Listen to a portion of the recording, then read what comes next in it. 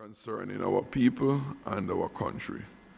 We ask for your guidance and hope that at the end of the day, decisions that we make will endure to the benefit of Jamaica. His mercies we ask in your name. Amen. Thank you very much, Member Jackson. Are there any apologies for? Okay, we have apologies for Member Wilson, Member Brown, Member Clark, and Member Morrison.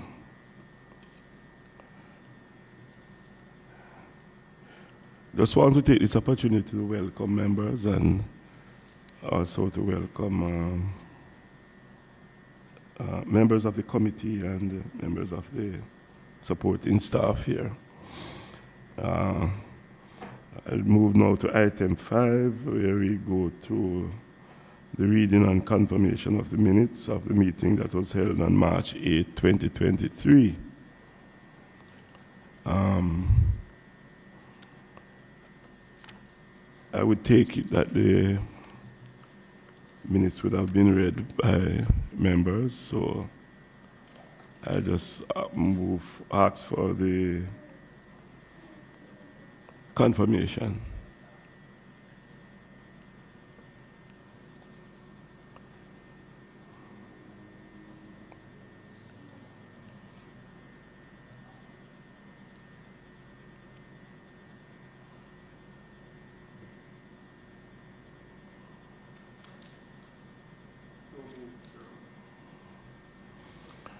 Moved by Member Jackson, seconded by Member Williams. Okay, we move to item 7, and we now invite the officers from the Jamaica Constabulary Force and the Office of the Public Defender.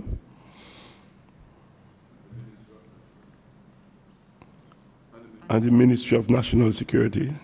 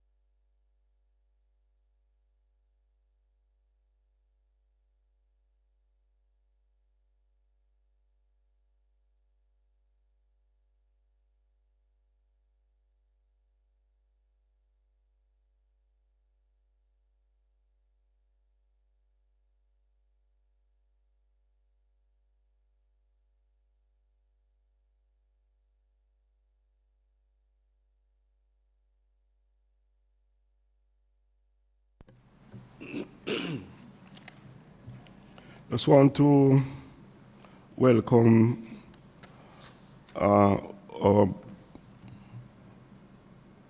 members of the Jamaica Constabulary Force, the Office of the Public Defender, and the Ministry of National Security.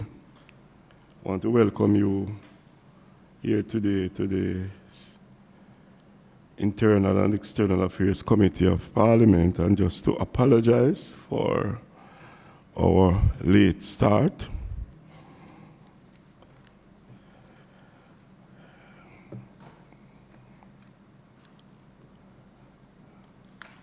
At this time, I will ask the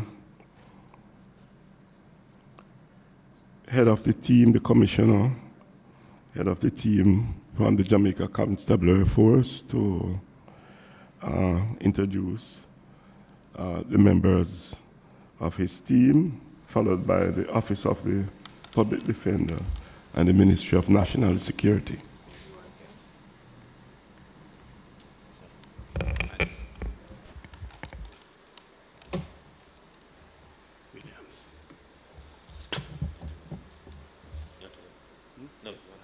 I'll go ahead. Thank you, Mr. Chair, and welcome the opportunity to present to the Internal and External Affairs Committee of the Parliament, as I said, the crime situation in Jamaica. Of course, joining me, Commissioner of Police Anthony Anderson. We also have Deputy Commissioner in charge of the crime portfolio, DCP Fitz Bailey. Beside Fitz Bailey, we also have ACP, Mr. Warren Clark, and also joining from the Ministry of National Security, Chief Technical Director in charge of the Security Risk Reform and Transformation Policy Division in the Ministry, Mr. Delroy Simpson. So that's the team from the National Security Ministry and JCF. The Office of the Public Defender.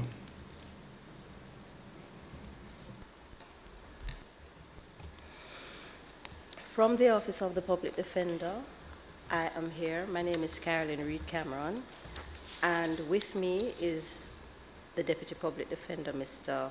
Herbert Mackenzie. Thank you very much for your introduction. I just want to, before we go into the discussions, let's ask that you give an overview as to your preparation for this exercise here today. Okay, thank you again, Chair. So we would have submitted a brief report, summary of the crime situation in Jamaica.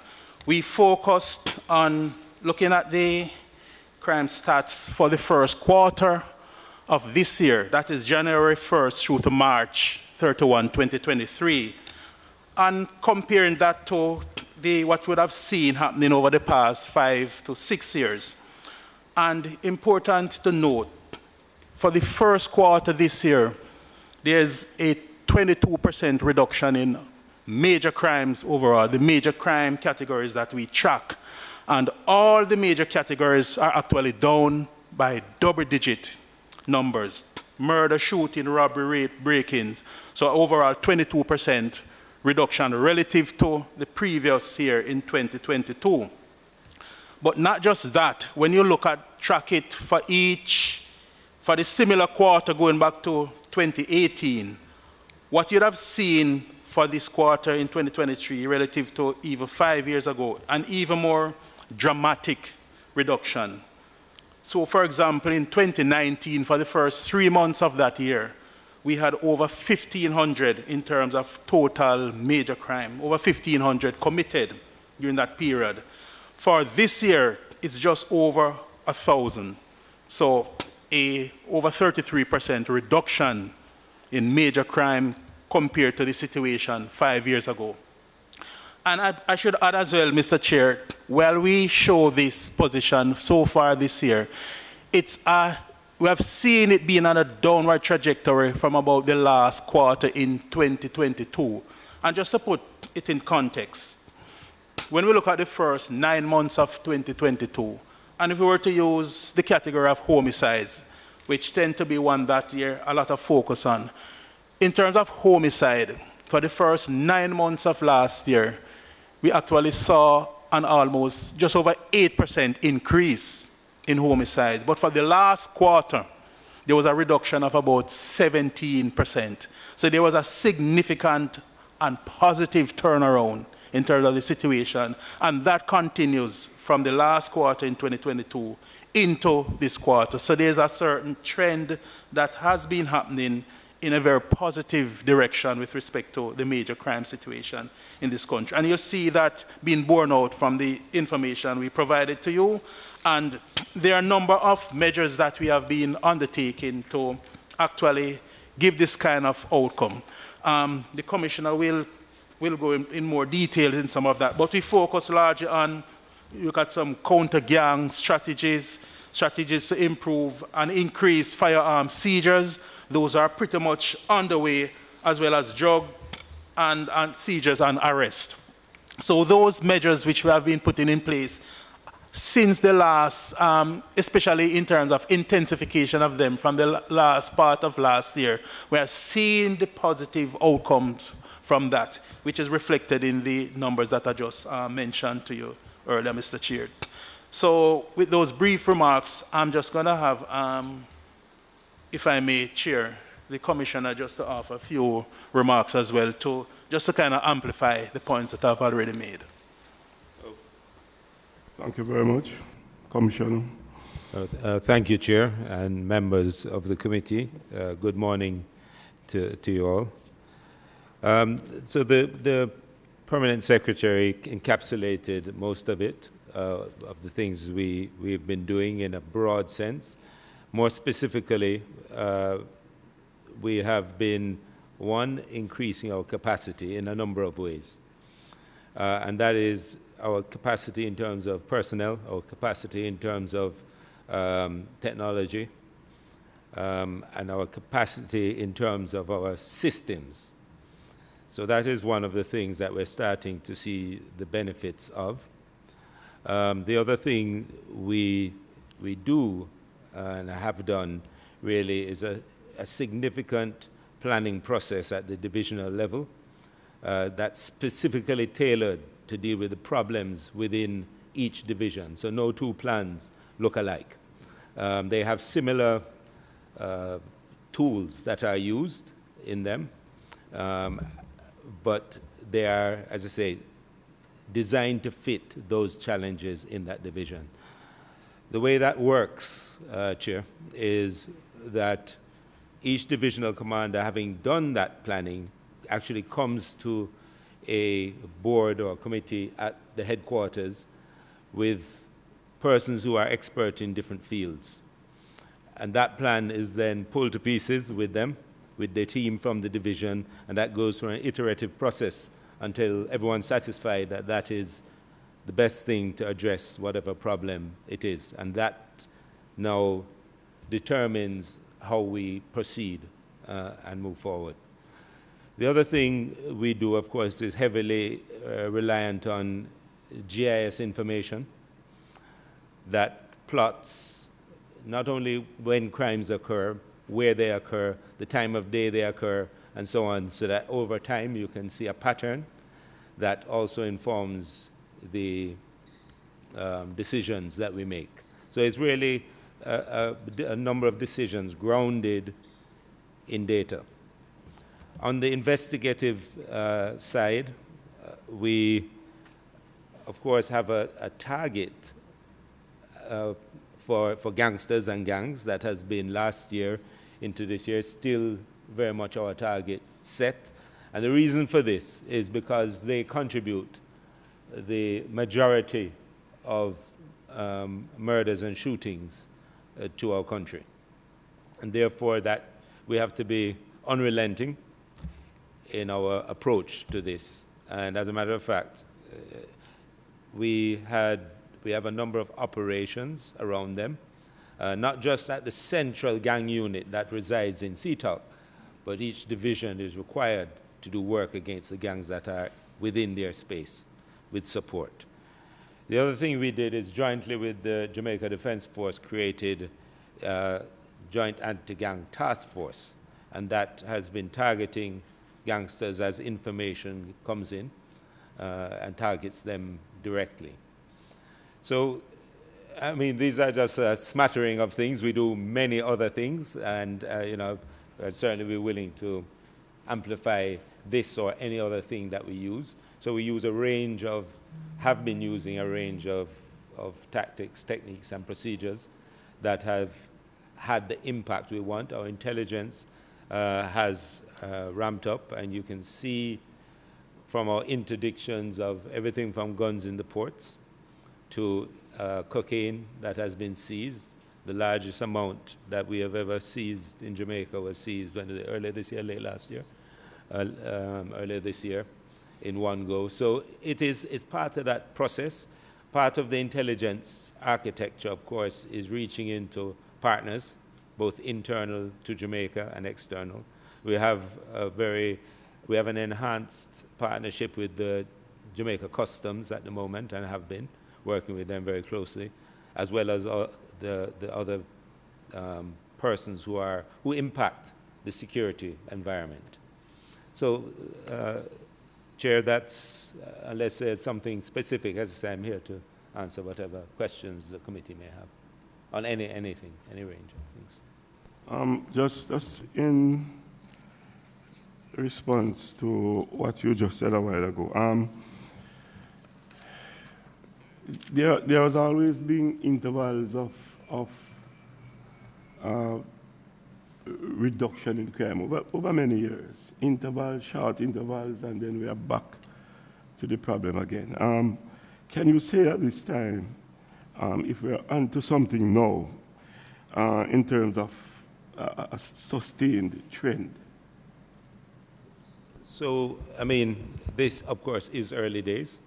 And you're right, it has gone in cycles. Usually, things reach a sort of a crisis, and then there's a response. As it starts to fall, we stop the response, and it tapers off for a while, and then the gangs or the perpetrators tend to regroup, and here we go again. One of the challenges that we've had for a long time is that capacity of the JCF.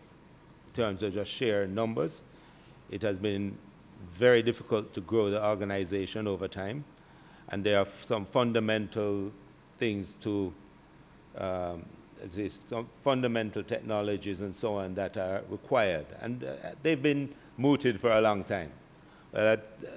Chair, most of them are actually either in place or being put in place now. We've also, for the first time, been able to grow the force.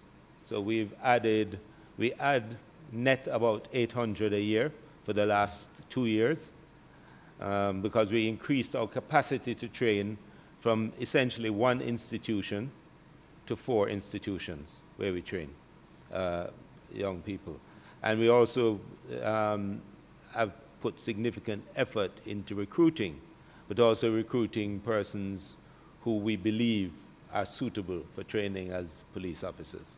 So these things come together, the injection of resources, just simple things like the conditions under which, the working conditions of officers.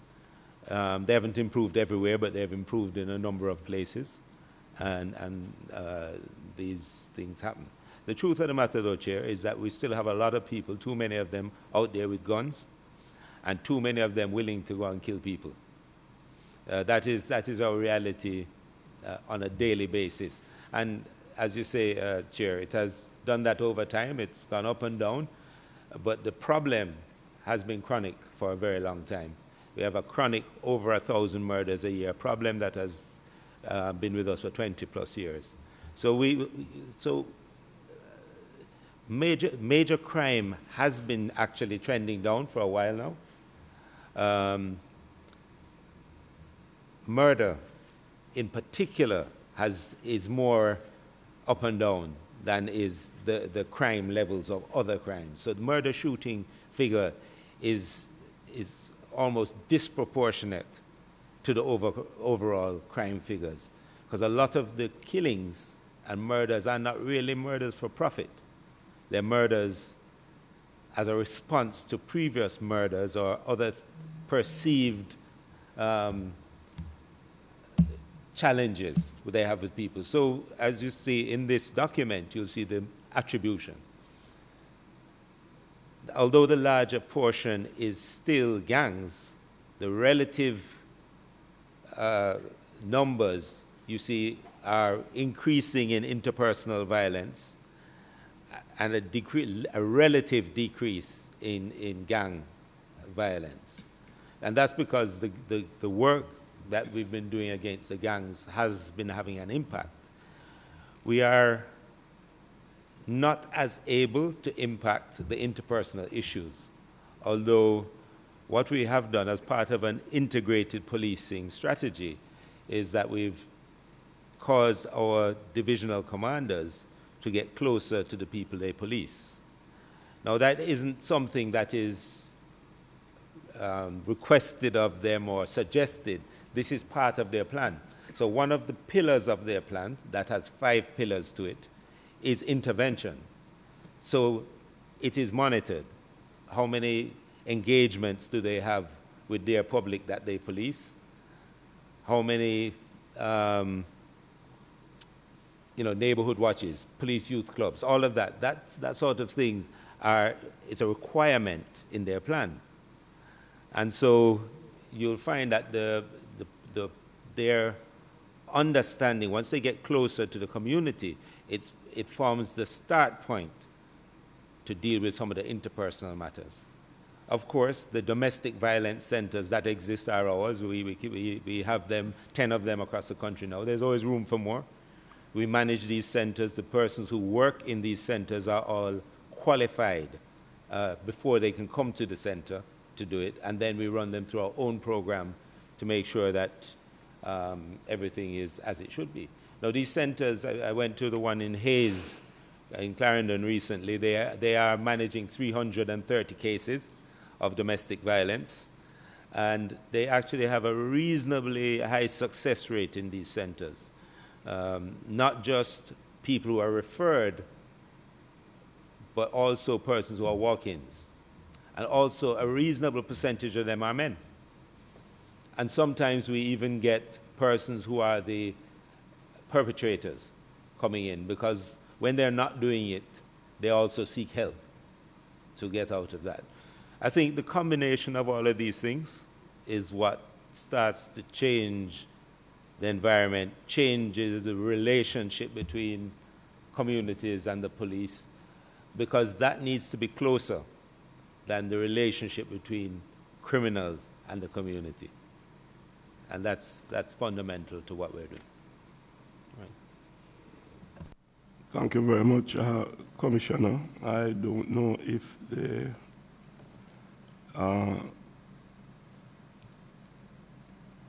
officers from the public defender, do you have any introductory comment that you want to make?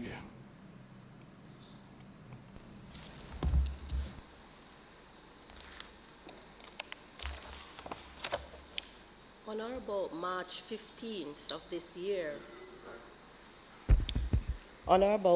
15th of this year, we received communication from the House of Parliament asking that we participate in a discussion on, if I may quote, the crime situation in Jamaica. We considered the topic a very broad one, and so we asked for better and further particulars as to how we could contribute to this conversation. And we subsequently received another bit of communication from the House of Parliament indicating that in the past, our office had contributed by virtue of statistics and other material that we were able to garner from the previous states of emergencies. In fact, if I may quote, the office in the past has kept track of detainees and their information, such as the duration of detention, age ranges, gender, reasons given for detention. And it is that kind of information that the committee expects us to provide this morning.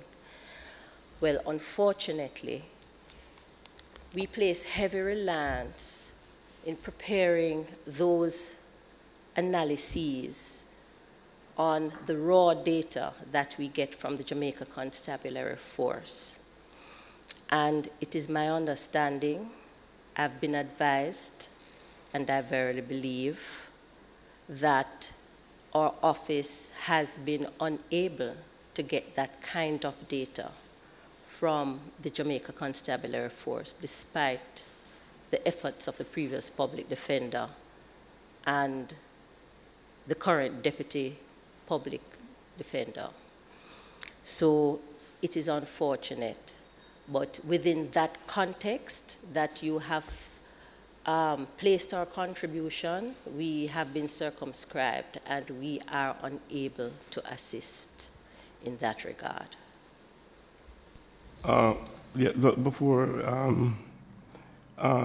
as the Office of the Public Defender, you have a particular responsibility in terms of your mandate. And notwithstanding what you said in terms of getting that particular information, I don't think that should prevent you from, having some information that you could share with us today, no matter how,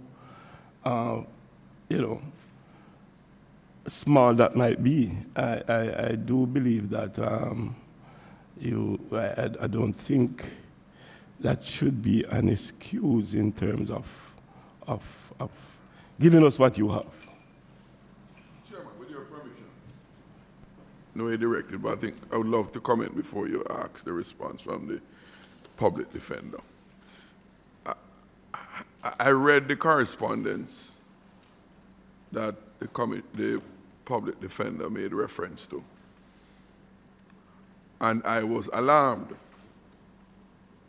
I was very alarmed, Chairman, because yes, the public defender made reference to the request that came from this committee and by extension, the Parliament. And the information sought, I have a copy of the letter here that she extracted portions from, was very clear. Very clear. You can't ask the commissioner, the director, to provide some information.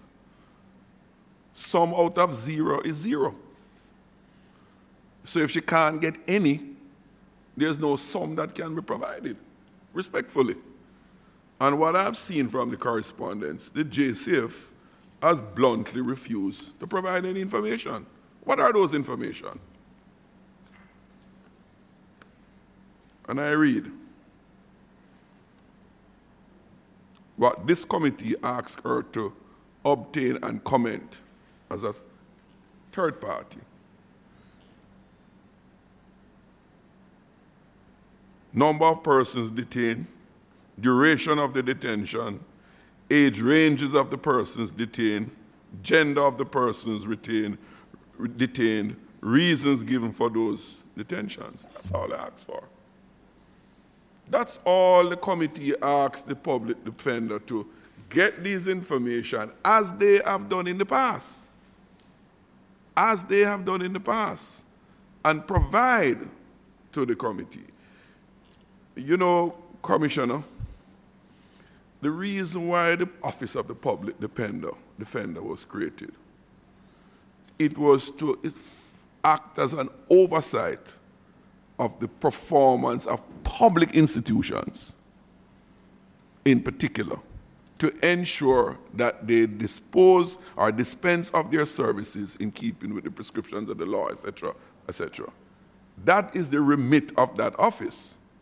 And personally, in the past and now, why I would have wanted the Office of the Public Defender to so provide not just information, but analysis to guide us in appreciating what is happening.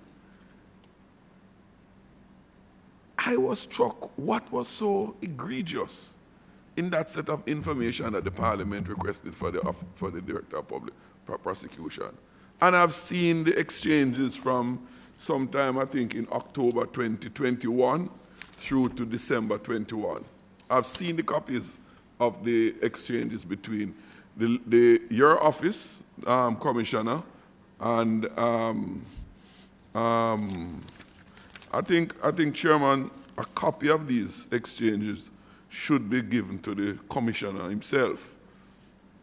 Superintendent of Police, Mrs. Jones-Williams, and your legal officer, Miss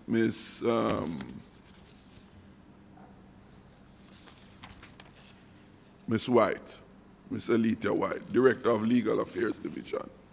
Those were the offices being communicated with, and I see the copies of the exchanges given. And they basically refuse to provide the information. Yes, yes. Okay, thank you. Member Jackson and Chair.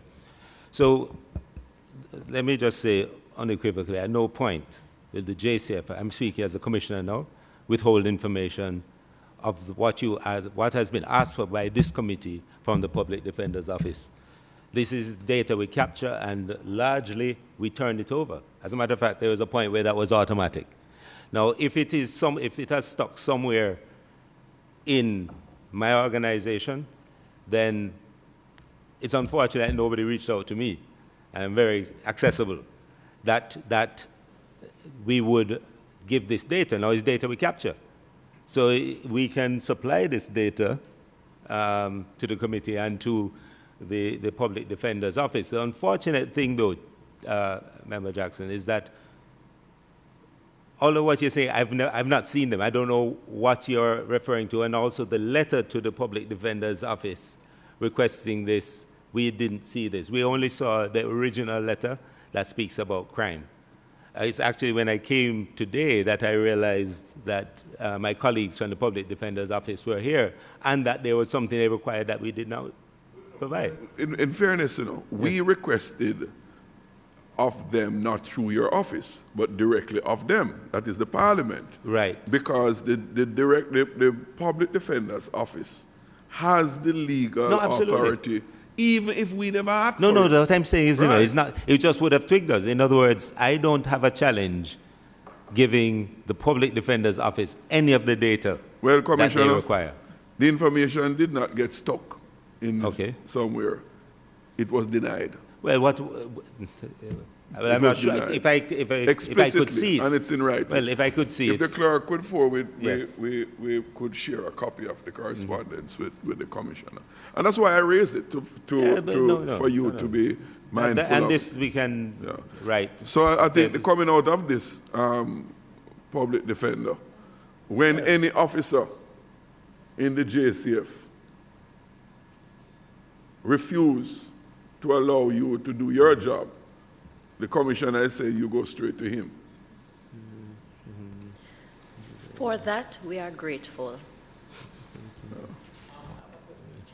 Yes, Member Williams. Yes.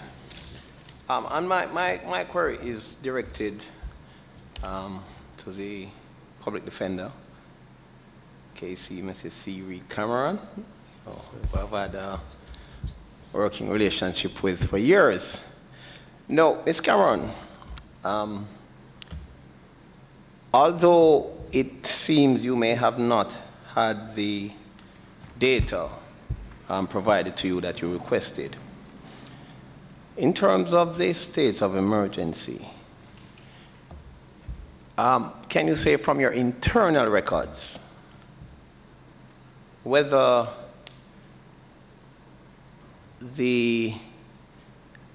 you have had less complaints over a period of, say, 2 years, let's say between 2021 and currently, in terms of the states of emergency? What has been your complaint statistics like? Have you seen a diminution in terms of the complaints against how the persons are, how the states of emergency are operating from your internal processes? I'm going to ask my deputy to respond to that, seeing that he is the one who has lived this experience from 2019 until now. Very well, very well. Yes, thank you for that. We have seen less complaints, and one of the reasons we attribute to that is the amendment to the regulations. Prior to the amendment to the regulations, detainees could not appear before the emergency review tribunal because there was a provision in it which, when interpreted by some of the emergency review tribunal, rightly or not, is that they don't have the jurisdiction to hear the detainee unless a detention order has been made by the minister. It is a matter which the tribunals have grappled with. That issue has now evaporated with the amendment of the regulations, which gives the detainee the right to appear before the tribunal from the moment of detention. So to that extent, I think They are getting redress there. they are getting some more redress, because the past complainants which have dominated our office was the fact that we are in custody, well, usually relatives of the detainee, is in custody. We don't know when he's coming out. The court not going to entertain any habeas corpus application, and they can't see anybody. That was the majority of the complaints, and that was what formed the basis of our deep involvement in the 2018 state of emergency, when we got the corporation, got all the data which we analyzed and submitted. But in short, there has been less, and we suspect that that is the reason, the amendment to the regulations. Through the chair. So you're saying the amendment to the regulations, in your opinion, that amendment has significantly improved from your perspective, I think has resulted in a reduction in terms of the complaints? Complaints coming to us, the public defender. Coming to the public defender. So as it stands now, from your perspective, your office, you would say that you welcome the amendment to the regulations? Indeed, it's something that we have called for a long time. In fact, at the first sitting of the Emergency Procedural Tribunal in St. James, we were invited by the tribunal to make submissions on the very same point, jurisdiction point. And a lot of different players, the Attorney General, the JCF, Defense Bar from that side, and other entities were given standing to appear and make submissions. And that was the gravamen of our submission, that the tribunal should entertain applications even before detention order was made. Because you can appreciate there was a lag between detention and the time that it gets to the minister for the minister to consider the matter based upon the recommendation by the security forces, and then return is detention order either way. Very well. But at the end of the day, what you're saying is that the complaints have gone down. The complaints Thank you very have much. diminished. Mr. Chair, I just want to make another comment on the point that I made earlier as to the challenges that the public defender would have faced as a result of the report here, in terms of the challenges you face with the JCF in terms of the report. I'm happy to hear that, notwithstanding that, you're able to give some information as to the issue of the changes in the legislation that would have impacted the number of reports that you would have gotten. And that is what I was trying to understand, that notwithstanding that challenge, there must be some information coming out of your internal processes that you could share with us here today. So I'm very happy for that. Chairman, well, I was mindful of those reductions in the report, as was indicated by Mr. Mackenzie. But one of the things that we try not to do as best as possible is to be merely anecdotal and to base our conclusion on concrete data. And as the public defender indicated, what was sought from them is raw data. Let the facts speak for themselves rather than an interpretation that any of us may have. Let us be led by that. Because in addition to that kind of information about the complaint, coming out of previous experience, and I know the commissioner himself have reported about, for example, improvement in the conditions that the detainees are held. What are those conditions like? Again, not anecdotal, but actual report on what prevails. Secondly, in the kind of information we will want to be looking at, what is the duration of each detainee that is detained from time to time. Those kinds of information can lead to a more informed assessment as to what transpires. So yes, while my colleague has ascertained the reduction in the report, that is just one element of it. And I think one of the duties of this Committee of Parliament is to properly inform the public based upon the agencies and those who act on behalf of the state. So I just want to put that in the mix. Would you like me to? Chair, may we say something? May we say something? Yes, thank you, Mr. Chair. By way of speculation, and it's a speculation which I would submit is founded upon good common sense. One of the reasons why we see a diminution in the report, especially in the recent states of emergency, is the fact that the durations are shorter. For whatever reason in this chamber, because there's no extension, when a person complains to us, usually by the time we get around to make inquiries, they call back and say, oh, they release him. And we know that the release is contingent upon the state of emergency coming to an end if there's no criminal charges preferred against that detainee. So that too, while we have no empirical evidence that the public defender has to support that, but it's a speculation which we can safely make. Reasonable. The shortage of each state of emergency. Shortness, beg your pardon, contributes to the great diminution in the number of complaints reaching us. No, that is very instructive. Well, the non-long, if I use that phrase, the non-long periods of detention is as a result of the non-extensions. Thank you, Chair. So I've just looked through the documents, and I see the exchange of letters, but there seems to be a certain promptness in that going back and forth between them of providing certain data. I believe that the data here is that it seems small. So we had, I don't know, I'm looking at this prompt response from Malgia Jones to Arlene Harrison Henry and back and forth. But I mean, the point is that if the public defender, as a matter of fact, needs information, we can give it to the public defender's office. We'll do that. I commit to doing that. Just to say, in terms of 2021, we had a state of emergency in place for 2 weeks out of 52. That was it. The extent of states of emergency was, as a matter of fact, it finished before the 14 days, actually, in 2021. And that's it for the year. That's all we had.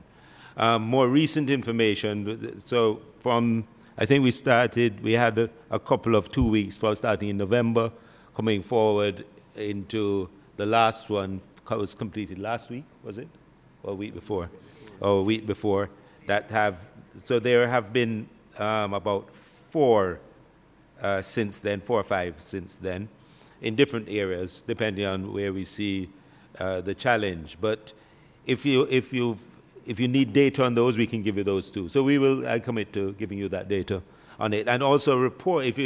So anything, Chair and committee members, if I say something like, this has improved or that, and you need a report, just ask, and we'll provide that report for you. That's very encouraging, yeah. Commissioner. So, Director and Deputy Director, you should have no such problem in the. But if there are no more states of emergency, that request won't be necessary. And we appreciate that. For whatever it's worth, I happen to know the Commissioner for previous life, and I take him to his word. He's always been sincere. The difficulty sometimes, Commissioner, is that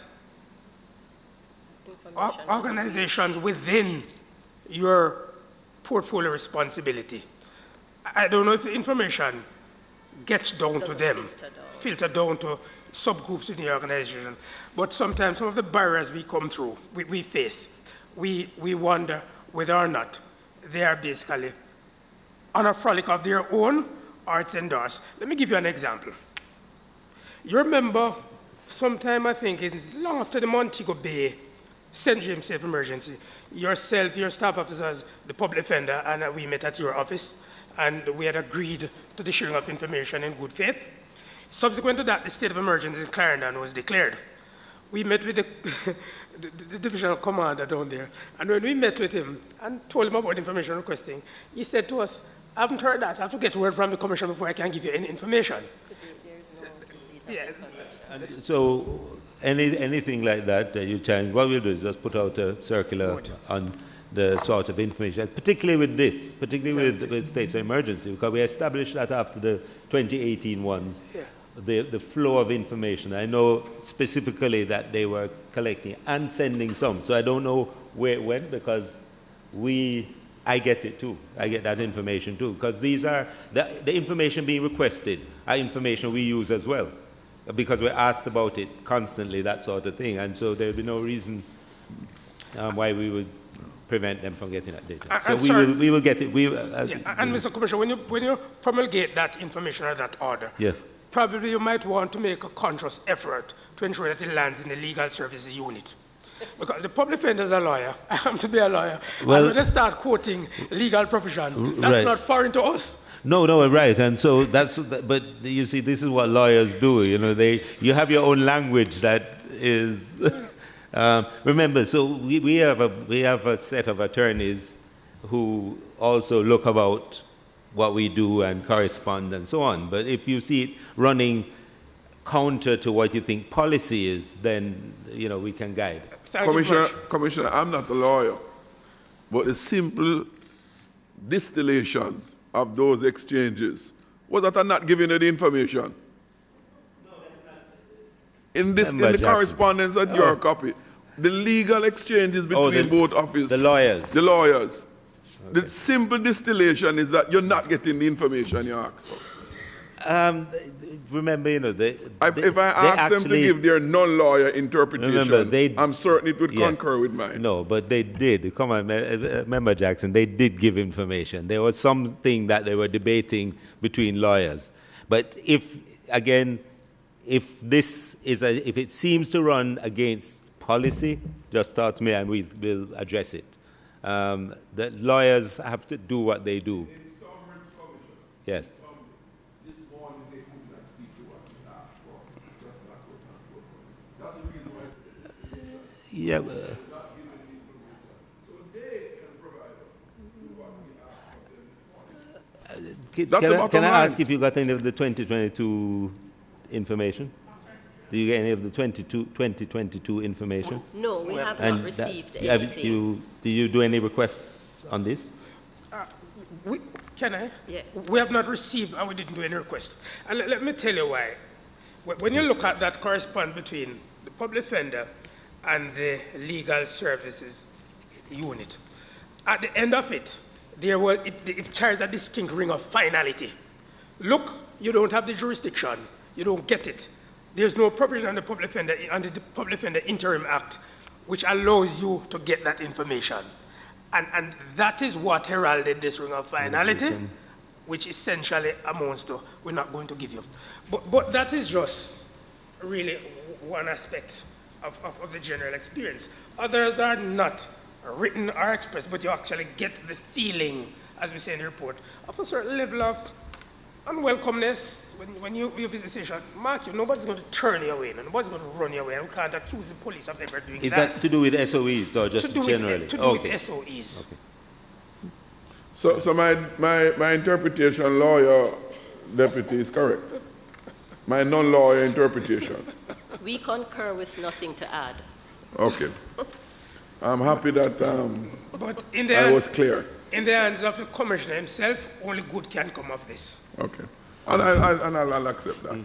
So we're not going to be able to refer to what we asked for from the public defender this morning.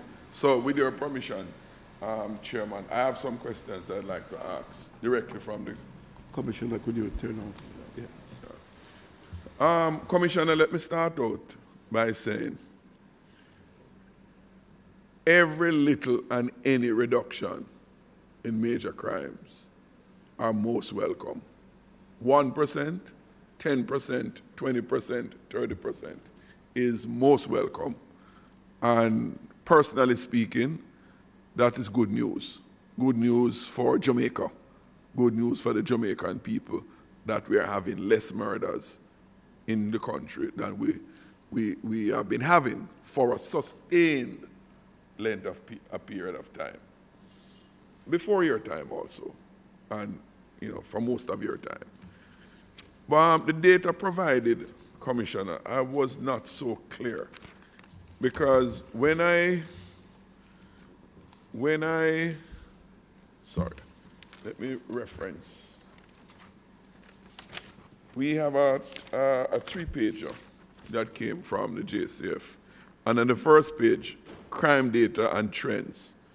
And it gives categories and the period from 2018. The annual figures for murder reported, I'm not too clear if you just guide me here. For example, 2022, it says murders for that period is 382. For the entire year of 2022, that it gives 1303.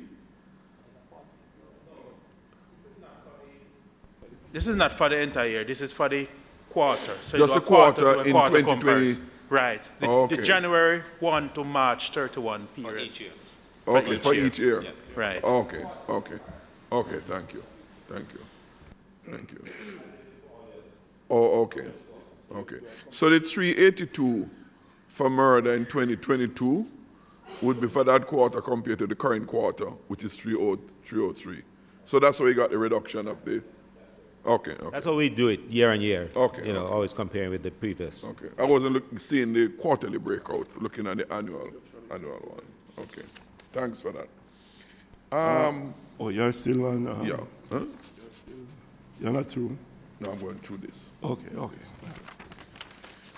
Your graph on page 2 shows what has been long-standing. Gangs has been responsible for most of the murders. In your chart, you're 67, 70% around where it's been. How many gangs are now active in Jamaica? I know we had a 380 it's about something 276. How much? 276. 276 active gangs we do have. And that's down overall. Yes. And that's down from 389 in 2020. As you know, Member Jackson, sometimes these corner crews, large corner crews are gangs, especially if they're violent. But these you wouldn't have that many major gangs. Okay. Obviously, the major ones tend to be known. They have names, and because you preempted the question I was going to ask, that if that reduction was as a result of apprehension or retirement. Well, most gangsters don't really get a chance to retire. I mean, that has been historic. I never meant old age retirement. Oh, okay. Okay. Retirement from the activities. Oh, okay. No, I don't. I believe it's a lot. You want to speak to it? I think 276 are what we consider to be active gangs. There are some gangs that are dormant. We don't hear of them over the period. So we just look at those that are active. Okay. Right. I mean, as you know, they when they're subjected to increased law enforcement, and you can arrest a critical mass of them, it goes away. Especially the small ones, they go away, but they may reform. Yeah. And then the other thing is that sometimes the numbers go up when we remove one of the gang leaders and they go into custody, and you have a split as they seek power. That's where it gets violent. You see violence start to go up, and they form two gangs from where there was one before, and so on. So those are so it will fluctuate over time. I mean, we'll celebrate when we're down to 10 or 5. Okay. We have a lot of work to do. We recognize that.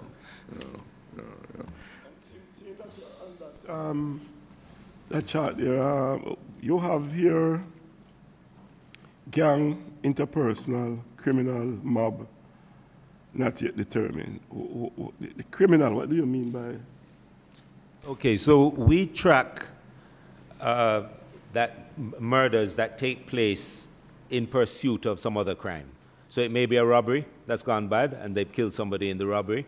It may be some other examples. It could be any other criminal enterprise. And then as a result of that criminal enterprise, you actually get a murder from it. A lot of gang murders are fights, feuds between them, and then reprisals from those.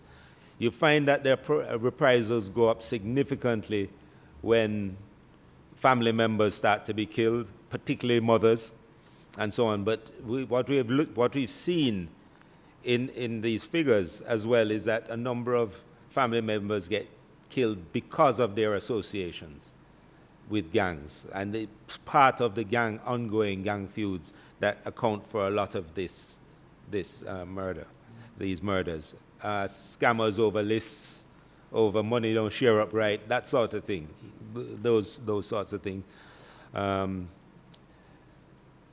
But then the interpersonal, that's the blend of everything that is from family quarrel, domestic, anything where the person is relatively known to you and it's based on some conflict that both of you have that does it. And we've seen people dead over a pair of shoes.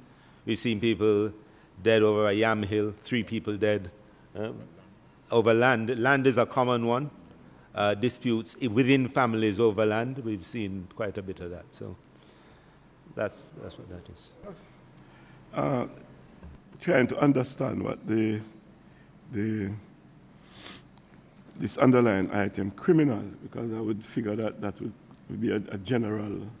So right, it's for want of a better term, what we're saying is, so what this tells you really is if you're not related to a gangster or involved with gang activity in any way, and if you're not in a quarrel with somebody over something, then that category applies to you. So that's your likelihood of being killed, which is really 4% of our total murders. As you see, there'll always be this percentage that is not yet determined because they're happening as we speak. And the investigators, as they investigate, usually they'll come up with the way they're going to attribute it. And then it will move from not yet determined into one or the other of these. To follow your reasoning, Commissioner, if 89–90% of the murders are attributable to gangs and domestic violence, interpersonal violence known between 2 parties, and only 4% are criminal, meaning no association. To the extent that people are fearful of, and you and I had a conversation elsewhere about the whole question of levels of murder and the level of fear or feeling of security on the part of the population. By public surveys, polls that have been done, there's a high level of fear in Jamaica.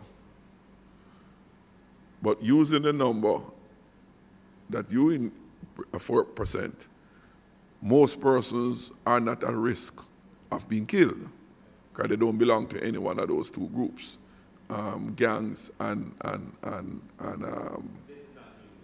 right. Now, the incidents that help to drive fear, or could help to drive fear, are those that bring ordinary citizens into contact with criminals, robberies, break-ins.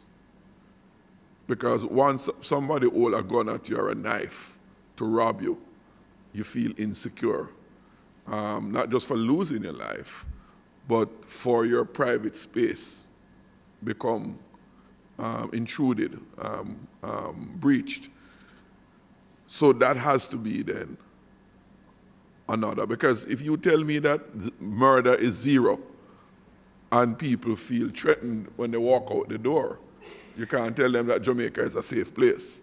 So My question then to you, in respect of those that brings proximity to the ordinary citizen by criminals, the robberies, the break-ins, and so on, where are we then? Because I'm interested in two things, the murder reduction and people feeling safe in their communities and homes. Okay, so as I say, we provided on the document what's happening with shooting, but murder and shooting, but also robbery, rape, break-ins. So those are the ones that people feel. Now, all of them are down at the moment, but they're all high. What I'm saying is, so even though we get reductions and year on year, particularly in these categories, they're still high. And, you know, so that means there is more work to be done. Now, but as you said, Member Jackson, the polls say one thing, but the LAPOP survey amplifies that. So the LAPOP survey says that, you know, Jamaicans are more concerned about crime, and when we speak, sometimes crime is used interchangeably with violent crime and violence in Jamaica than the 20 countries surveyed. So we are more concerned about that. But we in Jamaica have the lowest level of victimization of these 20 countries. So in one sense, your fear is up, but the same survey says that you have the lowest victimization, and also people feel the safest in their community of any one of these 20 countries. That's what the... Okay, means a crime has been committed to them, against them. Okay. Yes. So when surveyed, the concern was beyond everybody else's concern, but the actuality was actually lower than everyone. It's an odd thing, and it's something that people have been looking at to see why do you have this gap between what persons are, their own personal experience versus how they feel. And you raised it yourself, sir, that there are two things we have to do as police officers, and if you note, we've been doing it. One, apart from what happens, and if you notice that we give the figures to the public, whether it's going up or down, it is what it is. Last year it was going up, it went up quite a bit. At the last part of the year, we drove it down and got back recovered some ground. This year, it happens to be down, but we say it, whatever it is. So one of the important things, I believe, is how we communicate with the public. Now, we can only do so much because we're in it. So we can give data, we can give some level of our analysis. It may not agree with everyone's analysis, but we can also highlight things like this survey, which is really a credible survey. But it allows us, why do we have this gap? The other thing you see is that people are okay in their community, but over there, when they're not in the community, they feel unsafe. And so that is something that we've been examining and wrestling with, because apart from whatever real number changes you have, it's how do we also get the perception to match that and come in line with that. And it just takes an incident, a big public incident, and we had a couple recently, to put people back in that fair space, because it's in a public place and anybody could be there and could become a victim. So that creates a feeling of fear. Now, as a police force, one of the critical things for us was to solve those cases as quickly as possible, to make sure that those people come into custody as quickly as we can, and we did that. We're speaking about obviously the armored vehicle cases over in the wrong place in Jamaica. At the wrong place in Jamaica. At the wrong place in Jamaica. Yeah, there you go. That's it. Right. But the point of the matter is we have, 7 people in custody now. We picked up the vehicles, not just those that were used, but other ones and so on. We're pulling that thread very rapidly. And, the team, the crime response team under Mr. Bailey, and the divisional team under Mr. Phillips out there, their response was appropriate, it was quick, and within hours, we had pretty much started to pull that thread on the case, leading to 7 arrests, evidence taken into custody, and so on. And that is using technologies as well that are not even located there. The technologies elsewhere that allowed us to know what we know.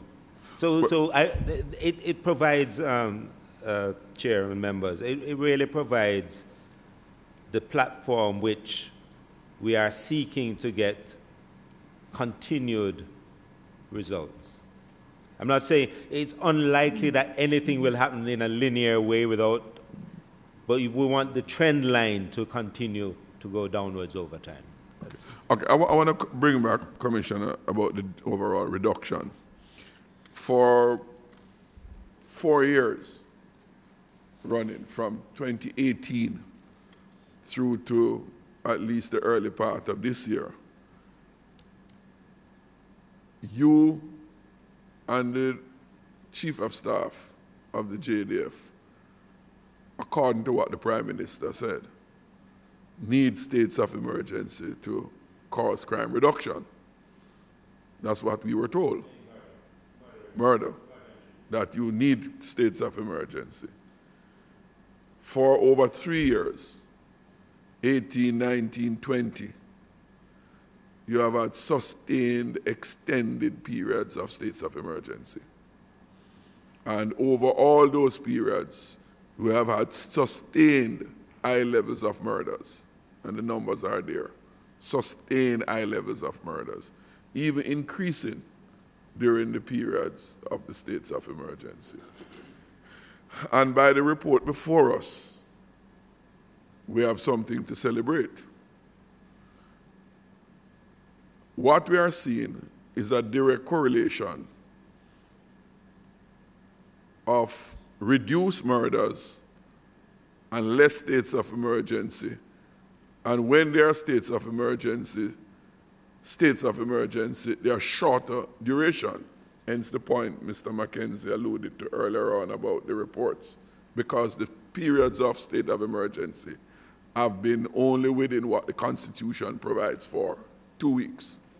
Now, for the ordinary Jamaican, and myself being one of them, the JCF and the security forces in general has been able to bring about a reduction in murders without the imposition of the state of emergency. And let me hasten to say this, Commissioner. The reason why there have been shorter duration is because the Parliament has not approved the longer duration that was requested. So it was not by design of the JCF and the JDF why there has been shorter duration. Is because the Parliament never gave you that extended period of 90 days rolling. Because over those periods, you had them almost continuously for the entire years without any break. And you had high levels of murders. So, since we're going back, Member Jackson, so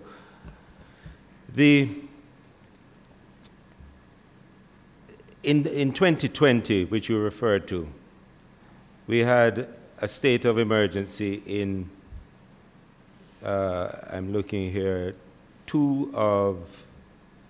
wait, hold on, let me see. Okay, wait. Or to make it easier, right. You had them in the areas where you requested them. Well, there were only two, I think it was 2 or 3 police divisions where we had it. As you requested? As we requested. We tended to request them when those areas are going up particularly high. But to speak about states of emergency, we have to, I believe that we have to go back to the beginning of it. And what we saw from the first time and almost every time we impose it, pretty much every time, if it's not every time, next to every time we impose a state of emergency, where we impose it, murders and shootings go down. It just does. It always does. In the areas? Yeah, in the areas. But the overall reduction never occurred. Remember, those places, it's highly possible they'd have those incidents anyway. I mean, I don't know that the state of emergency causes something to happen elsewhere. That's not what we're seeing when we look specifically for that. Is this a displacement, or is this happening of its own accord? I mean, in other words, if you have a killing there, is it a gangster who's there and is doing their thing in that spot? The fact of the matter is, the first time we imposed it, we got a 70% reduction in St. James, and it has never gone back to that level. Never gone back. We got a 22% reduction in murders overall in the country, and it has never gone back to that level. What it has done is done that over time. Then I think 2020 started to go up. But it's roughly been moving around 2-3% until last year. Last year, I think we had last year we were trending along at up to October at about 7% above the previous year. That's the highest it had ever gone outside of a 2 or 3% move. That was last year in 2022. When we saw that, we requested states of emergency, which we got on 3 occasions for 2 weeks. By the end of the year, we were back at 1%, 1 point something percent above. We recovered 6% in about 2 months. Now, that's not the only thing, and what I've always said, Member Jackson, that everything else I spoke to, everything from the Domestic Violence Center to that neighborhood watch, to an SOE, to the investigations, to the gang cases that we're doing, it is the combination of all of these things that will give us our long-term effect. Murders particularly, murders don't operate the way other crimes do, and that's why you'll see them trending in a different direction from other major crimes, because a lot is to do with reprisals and counter-reprisals. What it allows us to do, essentially, targets that specifically and shuts that down. It stops guys from killing each other. And it was never meant to be the long-term solution. But we knew that there were capacities that the JCF must build, and even to recruit the number of persons and train them that we've done in the last 2 years. It took years of work to build the organization to be in a position to do that. It took years of work to put us in a position that now we are rolling out an electronic system to take reports, which means that we're creating a database of information that will be lost to us because it's in station diaries. It's taken years to put in place the sort of data center that can handle the levels of information that we are required to have these responses. But Commissioner, with all due respect, just for a matter of record, 2018 was 1,287 murders, 2019, 1,339, 2020, 1,323, 2021, 1,474, 2022, 1,498. Those are the... So when you have it in this police division and the other, as I interjected to say, the states of emergency that the JCF imposed or had imposed was those that it requested. So if it only had it in 2 because it wanted it in 2 or 3 or 4, the point I'm making is that... Not only subject to our request, because if you remember, there was an agreement to end all of them prior to 2020, and there's a number of things that impacted. Commissioner, that is making it sound good. You had requested, and because the Parliament put its feet down, while some of them were less, because the desire, according to what we were told, was to have them, and is out of those negotiations, some of them was reduced.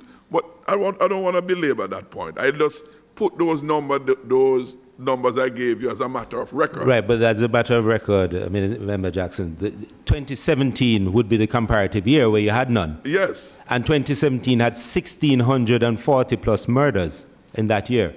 It was one of the three highest years in the history. I'm agreeing with you 100%, Commissioner, because what the data showed is that after about 5 to 6 months, of the state of emergency. I don't have the data right before me, but in another life, I used to look at those detailed numbers more detailedly. What it shows is that after 6 months, when you had a decline and the state of emergency became ordinary, like breathing oxygen, that you saw the numbers going up. So we saw, and it bore out in the subsequent years, that the sustained state of emergency did not lead to a sustained reduction as you were having in the first 6 months of 2018 when the state of emergency started. Right. So what you find is, based on the numbers of murders that take place in Jamaica, there's always an upward pressure for it to increase. It's at the tipping, it's over the tipping point, so it always wants to go up. So you have to be constantly doing actions to reduce the numbers of murders. Now, over time, anything that you do, you have to keep doing new things, and we were using the time from this. Remember, the only reason why we asked for a state of emergency is really to stop people from being killed. That's it.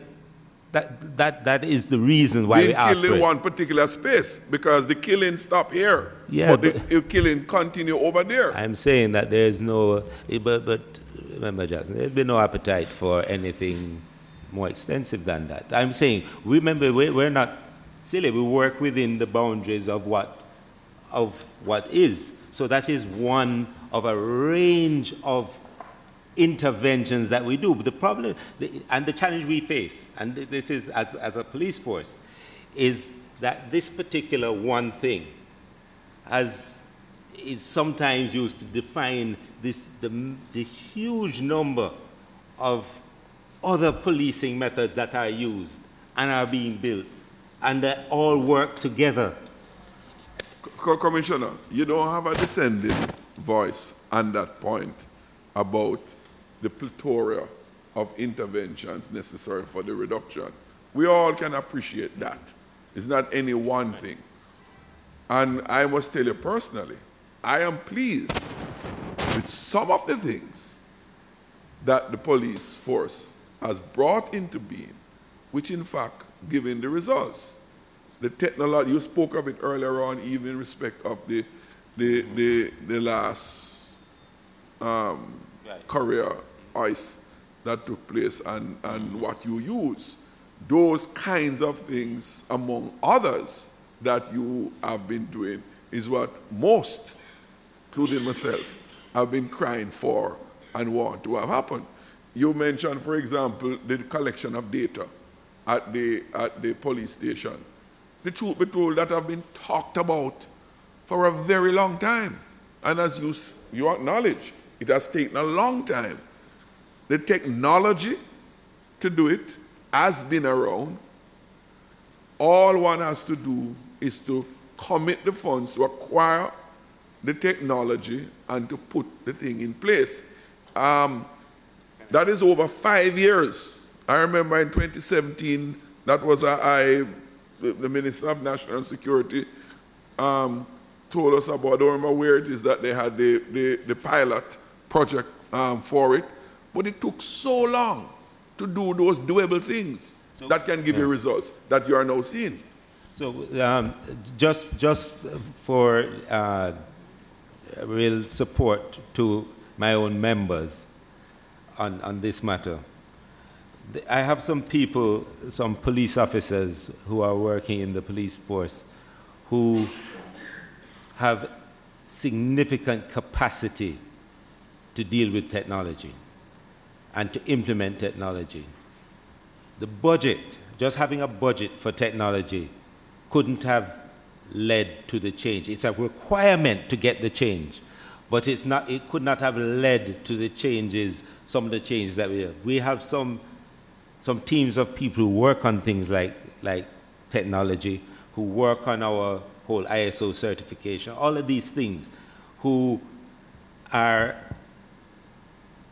significantly important to the advancement of the JCF. And the reason I'm saying it, because this is a change that is taking place from inside the organization. It is the guys who we employ with all kinds of skills that are just ordinary police officers Commissioner, who are doing it. You have a big support team out there for that, what you're talking about. No, I just want to just, you know. Yes, right, in fact, the Prime Minister speaks emphatically about the expenditure for national security. And I know I say to him that he's wasting his time appealing to us because none of us object to that expenditure. None of us object to increase expenditure to enable you to do the very same things you're talking about because of the exigency of the matter. And we would say to you, what more do you want to keep us safe? In fact, this is one committee that can be your lobby. Maybe you don't want to tell the Prime Minister himself. We will tell him for you. What more you want in terms of beefing up the electronic data collection in the police station that you're referring to? More widespread, deeper than it needs to be to give the kind of results that we're talking about, the kind of more results that we want in those reductions. What are those specific things? Because I will put my head on the block. Jamaica, if they can be assured that X amount of taxes more will make them more safe and secure, they will agree to it without blinking an eye. Because that is their number one priority. So you have, Commissioner, you have to allow us to help you. Because if you don't call on us to help you, the burden will put on your head. Because at the end of the day, it is you that the Prime Minister asks to do the job. And it's you who have to deliver, not to him, but to the Jamaican people. So you have to tell us, tell the Parliament. My colleague here on the other side stand tall with me to join in that appeal to the government to give you what you want. Because, as I'm saying, I am at a loss in some of the things that are doable. Take, for example, the whole CCTV rollout. You and I had conversation elsewhere. You were in the great constituency of South St. Catherine recently. That if we had more of these, it would be more help for you, and more people will feel safer. It doesn't happen. How much dollars more it want? How much millions? How much billions? Your permanent secretary and the Minister of National Security was a former deputy financial secretary. He helped to shape budgets for all ministry, determinant priority. He knows that it can be done. But there has to be a will and a willingness to do it. So, Commissioner, we celebrate the hard work of the members of the JCF and the JDF that has contributed to the reductions that you report here. Welcome it, but we have a far way to go. And that further way to go, we want to enable you in a bigger way, in a better way, because there's an urgency to get in there. So that's one of the reasons why we wanted, the committee felt that you should be here. And we were particularly struck, I too was particularly struck by the fact that we are celebrating the significant reduction that is reported with less SOE. Less SOE in terms of the frequency of their inaction coming into being, and shorter duration. And the beautiful thing about it, or rather the interesting thing about it, the Constitution gives the executive of the country the authority to impose state of emergency for 2 weeks without coming to Parliament. And by virtue of your report, it would appear that if we operate within the purview of the Constitution, we can get the kind of results that we're getting. When we overuse it, right, as we have done in the past. I remember those numbers clearly in 2018. They were going like this, down, and after 5-6 months, leveled out and started to increase. That's not an opinion of mine. That is a matter of fact. The data is there to support it. And you have reaffirmed it by your reports today, that less state of emergency, more intense policing, a plethora of other policing techniques and application of technology gives good results. And it is that we are applauding, and I am applauding and celebrating. Okay. Mr. Chair, on this point of states of emergency, I just wanted to ask the Commissioner a few questions briefly. No, earlier on you said, Mr. Commissioner, that states of emergencies do work. Wherever it was implemented, it works. Now, I gather they are implemented because of obvious statistics, crime and violence, intelligence-led operation, which says, look here, we need to go into this space, we need to target this space. Let me give an example. Some time ago, we had it was all over social media, some shootings in Spanish Town, which happened in the market square, right in the public, and there was an ongoing back and forth between gangs and factions within the Spanish Town area, which probably spread into other parishes. A state of emergency was declared. All the residents came out in support. And I am confident, and I'm guided by you, that that state of emergency, that specialized intervention did work. Soon thereafter, Spanish Town got quiet, because the state of emergency allowed you the latitude to move in and give you the powers that you needed to get to the bottom of it and find the persons who, the perpetrators. And I would say Spanish Town would not be the only example. There have been eruptions in other places which required a particular approach, an emergency approach, a particular situation. And so, in my estimation, and looking, well, wearing two hats as a parliamentarian, but also as a civilian, looking at these operations, because I take note of them, they did work, and it does work. No. To say, I would just want to ascertain, I'm going to ask this question. We are now seeing a significant reduction in murders in the country over the last 3 quarters. Last 3 months, significant. Both in terms of the reductions in murders, reductions in shootings. Now, I know that you have a combination, a number of approaches that are coming together. For example, more technology, intelligence gathering, a more efficient team. And all that would have had to add budgetary support through government investing in this. You have zones of special operations. For example, I can speak to Parade Gardens. I'm the MP there. We have not had a murder or a shooting in that zone since it was implemented. I think it was January last year. Not one murder, not one shooting in Parade Gardens, zones of special operation. You also have states of public emergency, which have been used effectively. Then there is Operation Relentless, which is a new, I've been watching the news recently. It was implemented in my constituency, which I most welcomed. Very, very welcome, most welcome. In fact, I wouldn't mind an extension of the Zozo into Rose Gardens, because that's where the issue is now, in spoilers. Parade Gardens is quiet. You have it under control. We probably need a little help in spoilers. No, you have the anti-gang task force that is operating alongside all of this, Operation Relentless.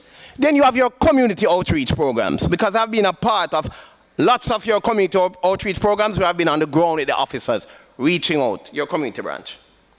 No, I know all of these factors come together and may have contributed to this reduction. But I want to ask this question. States of emergencies are not just done in a vacuum. So in other words, they are targeted, there are certain objectives that you wish to achieve through implementing the states of emergencies. You might disrupt, dislocate, you displace, you recover guns. Through these operations, you dismantle gangs. it disrupts, it has that effect. No, could it be that what we're seeing now is, because states of emergency, while we have short-term benefits, because you reap short-term success, because you go in and you nip it in the bud, but there are also long-term benefits. My question is, could it be that we're also seeing these reductions that we're having could have been the cumulative effect or a long-term effect of these states of emergency which have had this disruptive displacement effect? Just before you respond, seeing that we're on that, topic, I find it very contradictory to Member Jackson that you asked and you mentioned to Commissioner that he is to tell us what he needs, what more he needs. And at the same time, the Commissioner has advised us that one of the reasons why he calls or he recommends a state of emergency is that that is a tool that is effective. And therefore, if he is to tell us what he needs, then we must rely on his, I think we should rely on his judgment in terms of making these requests for states of emergency. I kind of find it contradictory that we are asking him to tell us what he needs, and at the same time... With all due respect, I wouldn't want the Commissioner to forget my question.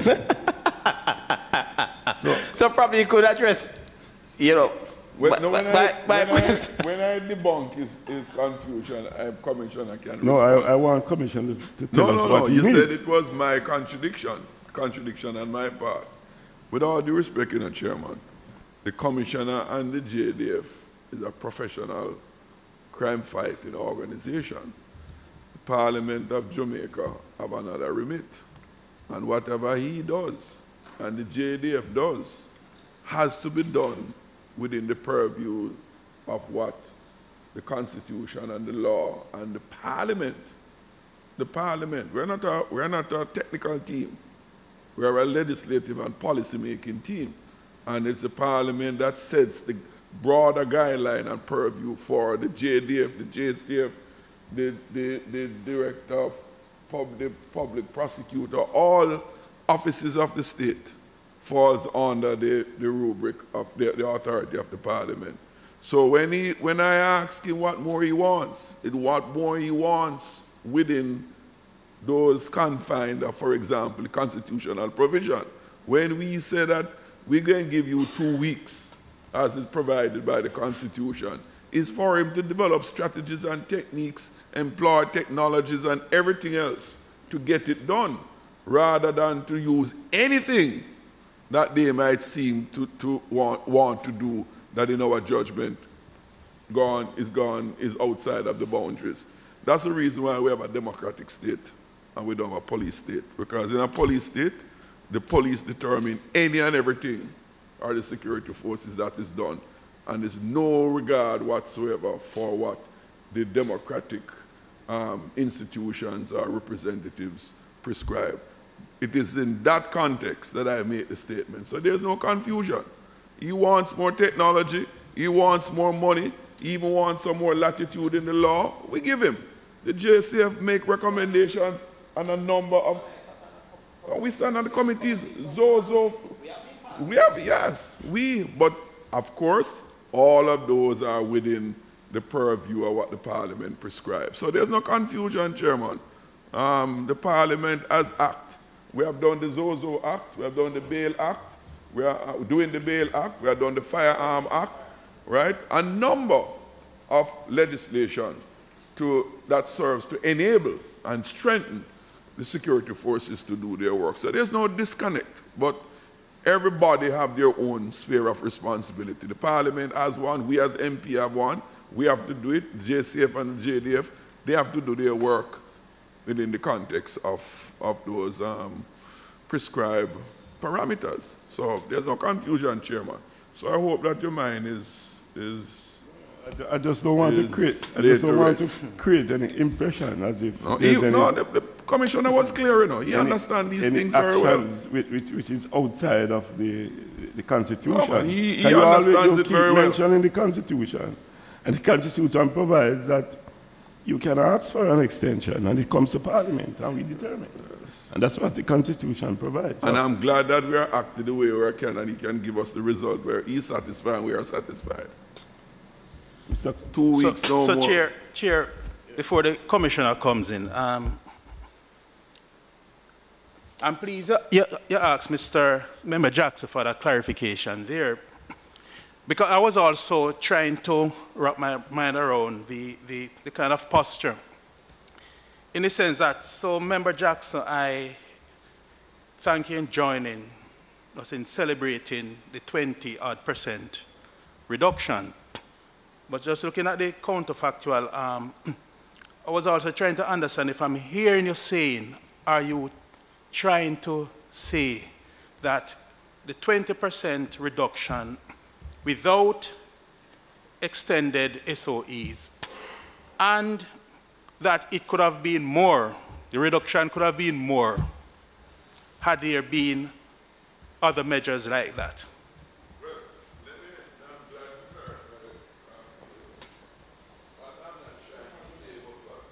What I'm not trying to say, but what I am saying is that if much of what the commissioner spoke about, like the more extended use of technology and the availability of those resources that helps these men and women to achieve their work, if more of those were done earlier, we're glad we are where we are, in that it's better than it was.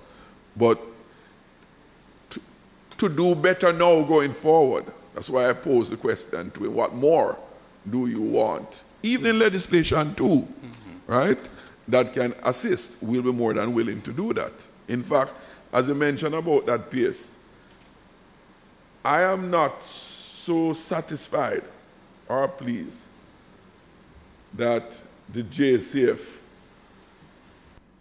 well, maybe it goes to the ministry, I'm not aware of specific sets of legislative changes that could assist them to do their work more effectively. Because the truth of the matter, in fairness to even the ministry and us in Parliament, you who are out there in the field, you are more aware of whatever limitations that you face than we are. And so we rely upon you to bring it to our attention so that we can seek to accommodate you. And as you know, Member Williams pointed out, through the various committees from time to time, we have the direct input of the JCF to enable us to, one, better understand what transpires out there, why there is a need for us, for you to want something changes, and us playing our role of trying to balance it between citizens' interests and protection and you doing your work. You know, and that's one of the virtues of our democracy. So we are in this going in the same direction, which is for greater reduction. Mr. Chair, I think you want to say something. Just want to reemphasize the point that were raised by the Commissioner over the period 2017-2018. Investigation is not an event. It's a series of activities. And over the period, whilst we engage in using all the tools that were available, including SOE, including community-based policing, include getting closer to the community, etc., the investigative mechanism was operating. And the data that was presented to you today highlighted the fact that 149 gang players, gang members, influencers were arrested and placed before the court just in 2022 alone.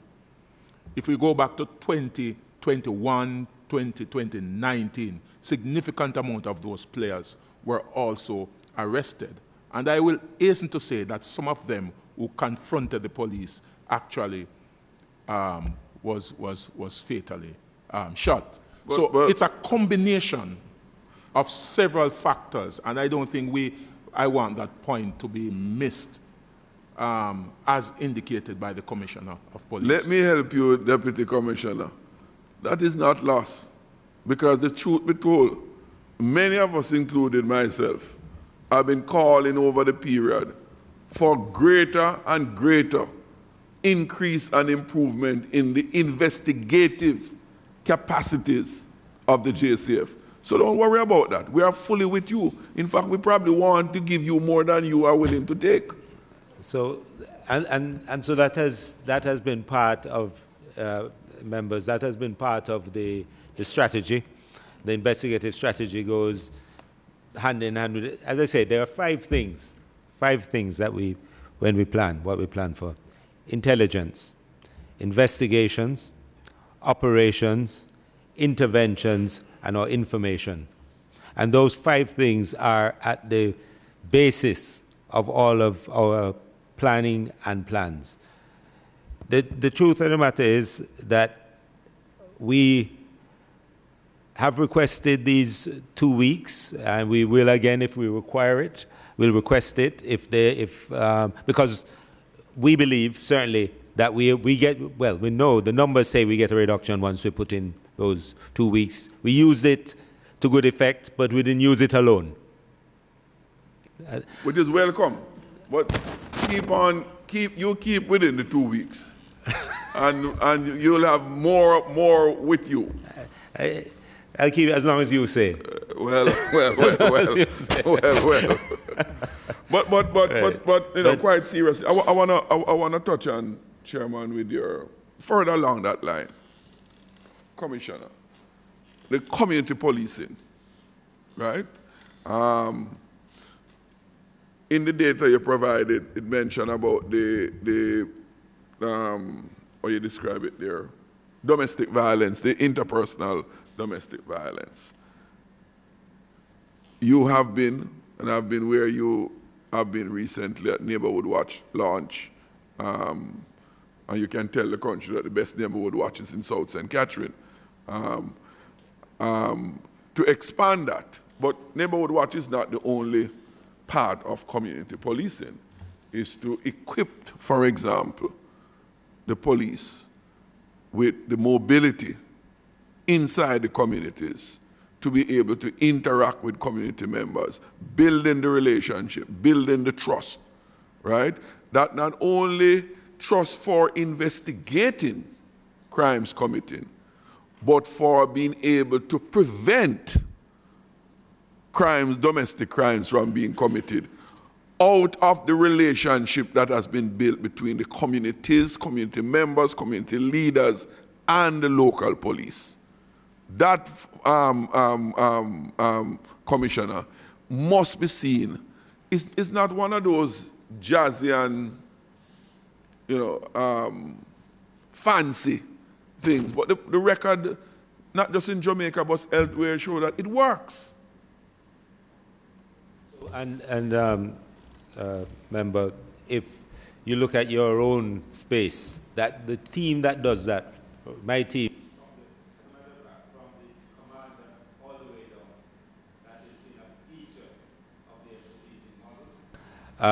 particularly even when there was COVID, we did it online. Yes, I participated in right, those. and so it is recognized, but beyond, what we want is a model that doesn't depend on specific individuals to be in specific places. That is why, as part of our entire planning process, in the way commanders have to do all of them are required to do this, all. But they do it to suit their communities that they are policing. So they're different things for different it's no, I can so appreciate specific to communities. But that is a huge thing for us. I don't think there's any opposition to that. But we recognize that we have some really bad guys out there who will take people's lives at the drop of a hat. And as the police, they are going to continue and have to be a big part of our focus. They cannot be out there like but that. as you improve or seek to improve on your investigative capacity and capabilities, how does that translate in the clear-up rate for crimes which are committed? Okay, well, I'm going to let... And what, I haven't seen any numbers on those. Sure. I'm going to let Mr. Bailey speak to the clear-up rate. But just to make a distinction between what is a clear-up rate and what's a clear-up number. So the importance of this is that the police force, based on the number of investigators and all of the support things required to carry an investigation through to the courts, there is a specific capacity that they have. And it's going to fluctuate within, 100, maybe 150 year on year about the number of cases you can clear up. As you build capacity, that will go up incrementally. Of course, it depends on the difficulty of those cases and the complexity and all of that. So that being said, the rate is a function of that versus however many occur. And because more have occurred doesn't instantly create more capacity on our behalf. So we have a capacity, and our capacity, perhaps, I don't think it's something that's really appreciated widely. Our capacity to clear up crimes tends to be beyond any of our counterparts. Our clear up is significant. Now, for instance, we had an investigator with 26 murder cases in a year. He cleared 13 of them. So he only cleared 50%. So his clear rate is 50%. But the idea of clearing murders at a rate of over 1 a month is unheard of, because he has that much capacity. That particular person has that much capacity. And so, in the discussions around that, I think, would it be reasonable to ask more of him? Or do I need to get another one of him to take care of the other cases? And so even as we build, it's not just, we build in training, in capacity for training, in support, the support to investigations from everything from forensics, cyber forensics and all of that is a key component. It's always going to be a limiting factor, or it is. I didn't say it's always going to be, but it is a limiting factor. But I don't know if you want to speak about it. I think you have said it generally, but in terms of clear-up rate, where we're at, last year we cleared average of 50% of all crimes. Murder, in terms of a nominal figure, we cleared 725 murders. How much? That's 725. That's unprecedented anywhere in the world. I did my own research, even in the great first world country. You don't have that level of clear-up. So, and Commissioner put it in perspective, the more crimes you have is the same group of people that are actually doing those investigations. But they have done well. But, Deputy Commissioner, as you said, 725, 50% is impressive.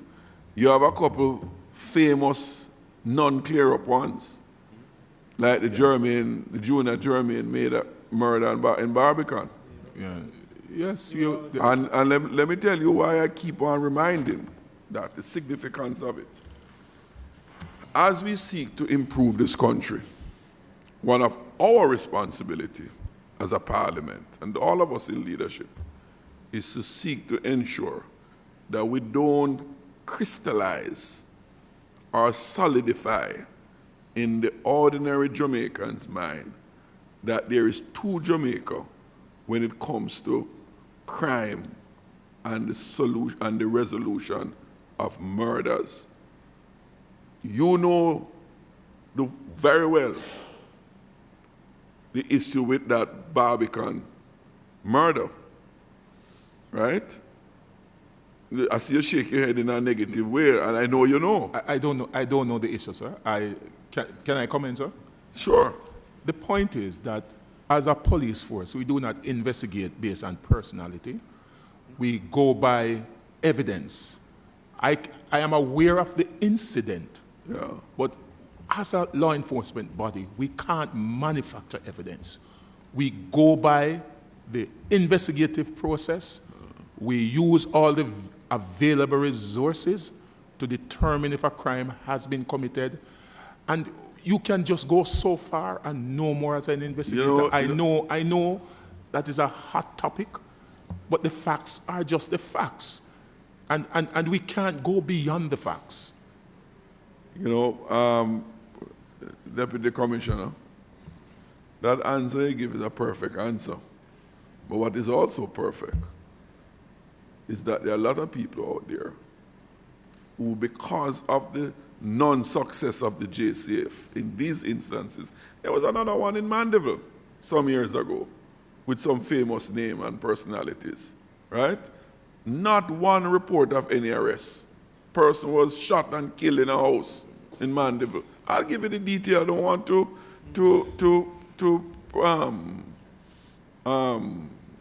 give any personalize anything to it. But that was another famous case. Man shot and killed and others were there and no one to date has been charged for that murder, right, in Mandeville. And you have a similar case, the one I mentioned about now in Barbican, right?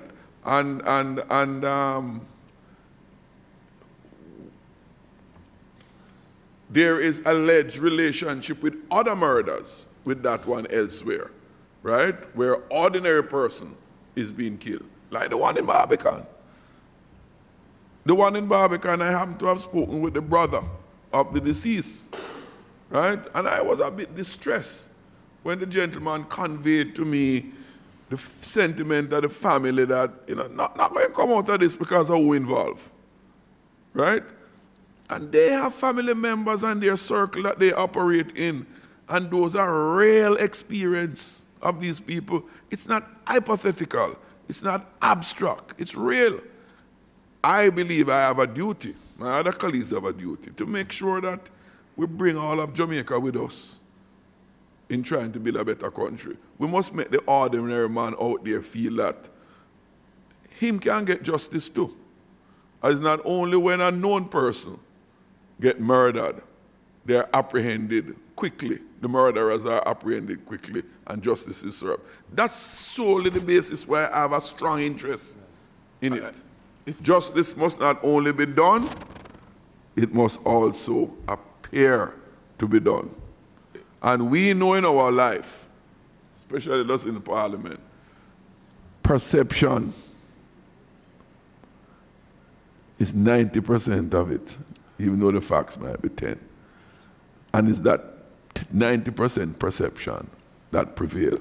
And when that 90% perception can be supported by the fact that this don't happen, nobody no get locked up, nobody no go to prison to commit a heinous thing like murder, that is real. That is not perception. That is real. So those are the things, I just want to put it in perspective, Deputy Commissioner. Those are the things that drive some of us. And issues like these, we can't allow it to die or roll under the carpet. Because no update, yes, Integrity Commission saying they can't report an investigation of parliamentarians, and that is in the law. There's nothing in the law that says you can give update on any of these murders out there. The law is not a shackle on your feet in those instances, right? So we want your unbridled and unshackled latitude to keep the public apprised.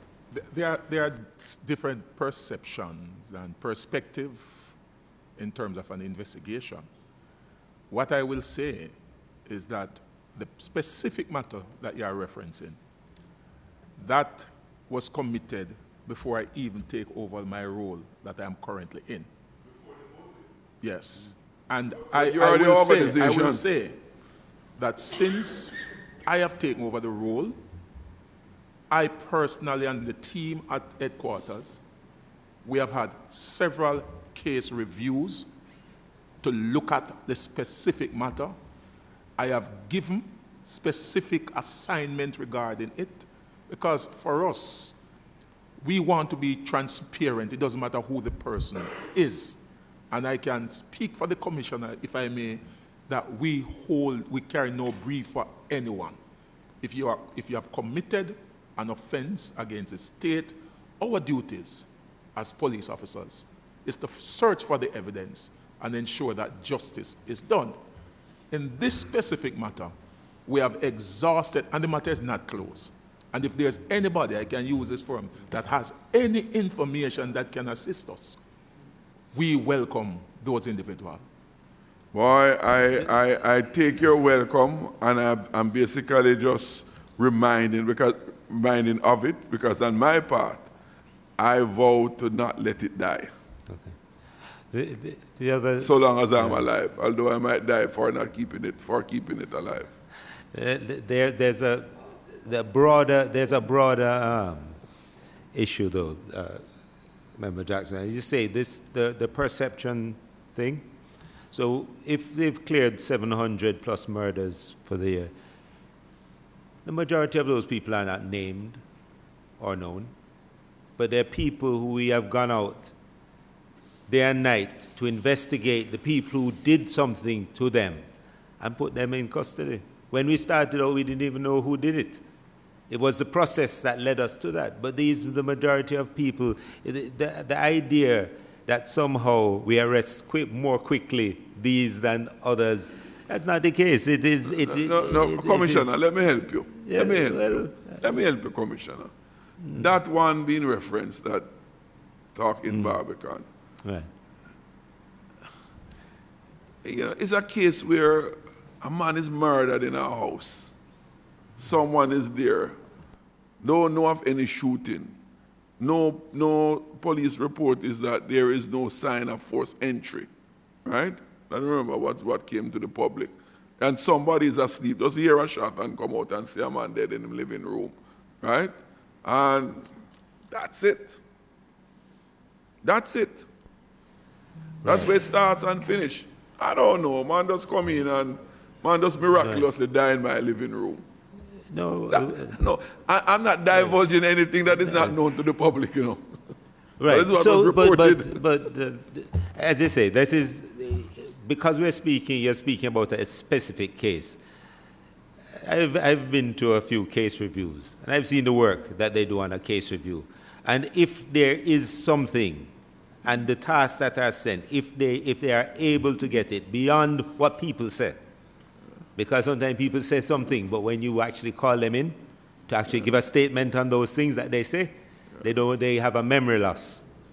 They don't remember. Sometimes it's not memory loss, it's an abundance of fear. Well, you know, our witness protection programs have never lost a soul. So they are there. Anyway, I don't want to belabor that, but I feel compelled to raise a couple of things I want to raise with it, as you talk about capacity, Commissioner, to deal with or to seek to achieve greater. What is your complement like now of JCF members, roughly? We're about 12,500 now. Okay. Yeah. You're still going for what, 15,000 or 18,000? Well, 18,000, remember how we calculated the 18,000 was through a whole process. It's a very scientific process. But what it allows for is, as we move up, we can plug back in the numbers to see if that's what we still require, because it's really just plugging in the numbers. So there's a shifting number depending on those things. But depending on what crime is doing, and depending on what developments there are. No, but Commissioner, when crime reduce, you know, it has to be sustained. The reduction has to be sustained. Remember, you're Some speaking are a bit to the fearful that when you come converted. down, you want to go down No. with the numbers. That is certainly not. Okay. We have seen internationally where that has happened, and it's gone right back up. Okay. The other thing, what is you mentioned in your introductory remark a number of 800 persons recruited. Was that over 2 years or per year? We net 800 per year. Oh, net 800 per year? Per year over the last 2 years. And that net is? Minus everybody who left. Who left, and those resigned and those who you dismiss? Resign, dismiss, retire, or any other? I'm interested thing. in one of those numbers, Commissioner. What is the level of retirement that is, no, not retirement, resignation? Let me say, Annually. it shifted, it shifts. So during COVID, it was lower, understandably, because a lot of our members who resigned to migrate. Yes. Some of them had their papers in train, but of course, COVID kind of prevented that. And even some of the other islands that pulled from us, Turks, Bermuda, Cayman, and so on, weren't pulling. So our attrition rate dropped to 2-point-something% over those periods. Then it went back up. Post-COVID, it's gone back up to 4% or so, which is really what we'd expect. When I looked at some of our counterparts, because we kind of see what's happening in NYPD, they're running 11% attrition. So we're actually not doing too bad. I get concerned, right? I get concerned about attrition if you all of a sudden have a spike. Okay. If you don't have a spike, then that means it tells me how many people I need to train per year, and as a steady state. Okay. One last thing. It's not so much with crime reduction, but I'm compelled to ask you and your team. It's really regarding the Road Traffic Act, right? There is a particular provision in it that a couple of persons have brought to my attention. I've raised it with the Minister of Transport to have a review of it, but I'm raising it here because until, so while grass or grow horse or starve, until that process is complete, people have to live with it. And let me, for disclosure, also say that I had served on the Joint Select Committee that did the Road Traffic Act, so I'm not trying to take any, holy position. But it's one of concern. Persons who are driving their vehicle and transporting, whether it's a pickup or a van, and they are transporting products that are for non-commercial purposes, and they are being stopped by police, given tickets with some high fines or fees to be paid. If the regulation says so, it's wrong and it's bad. Man go buy some sand to do some repair at the fence or him house, buy some supply of paint to paint them house, or to, not even their own house, but them have a property that them rent out for themselves or their friends or family members, non-commercial. Because I understand why the transporting of commercial goods require the green plate, because it carry a certain insurance requirement. Because you have to protect the persons who are good that you have to transport to. But this is a non-commercial transaction, or these are non-commercial transactions. And they are given a ticket with some hefty fines in it. I hasten to say before you respond, my parliamentary colleague and myself running a regular tiff when she tells us, well, they can go to the court and make the case. And many of your men, policemen, who are my good friends, have attended to that. You go tell the judge. Two things, Commissioner.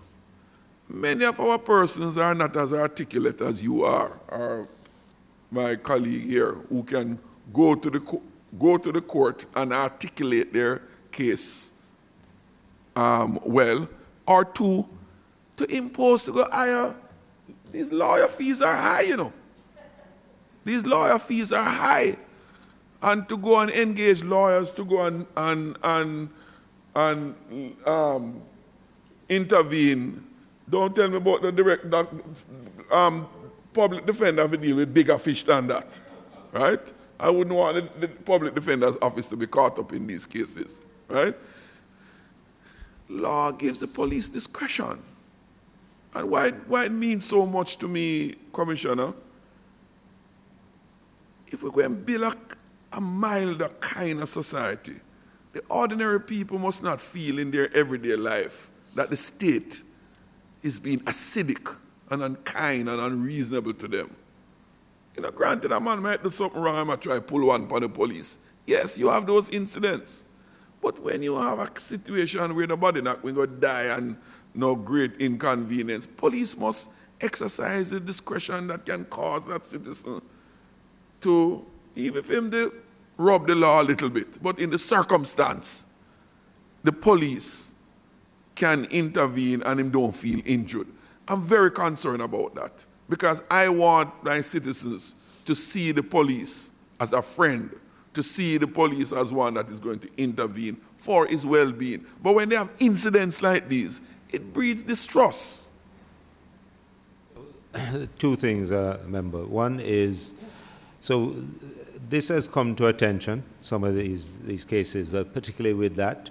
And I had tasked ACP Mackenzie to give me some feedback on it. And based on that, what the law says, what the regulations say, we'll see how we move forward with it, whether we need to feed the horse whilst the grass is growing, or let the horse grow, let the horse be fed, yes, whilst the grass is growing, but usually what we have been doing a lot of in recent times is when we see the challenges with legislation, we put forward suggested amendments to it that would make it better. Because the truth of the matter, the ire of the citizen is faced by my guys. They're out there, they don't want it. They don't want that kind of, they don't really want that kind of conflict, but they are also creatures of law. And so, whereas in the short term, you can, as you say, exercise some discretion, usually that is as things get fixed. That's what I'm appealing for. As opposed to as in ad infinitum, because that would mean that we're just ignoring what Parliament said. Yeah. So, you know, we're always in Parliament ought to be a conscionable place, you know. And sometimes, Commissioner, good intentions are not fully manifested in the legislation. Oh, yeah.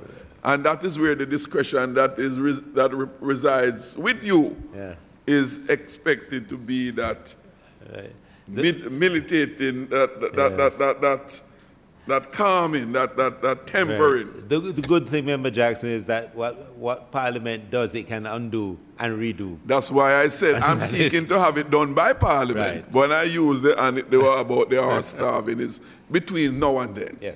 Between now and then. We'll definitely have a look at it. As I say, it's something it came to attention before, and as a matter of fact, we've had a discussion about it. We'll appreciate it. And for the instruction to be given across the divisions. Well, as soon as I'll get some feedback, some advice first, and then. Yes, I just want to add to the conversation. I think it's a very important point that Member Jackson raised, because it is something that is really a challenge out there. And my interpretation of the law in relation to that is that there are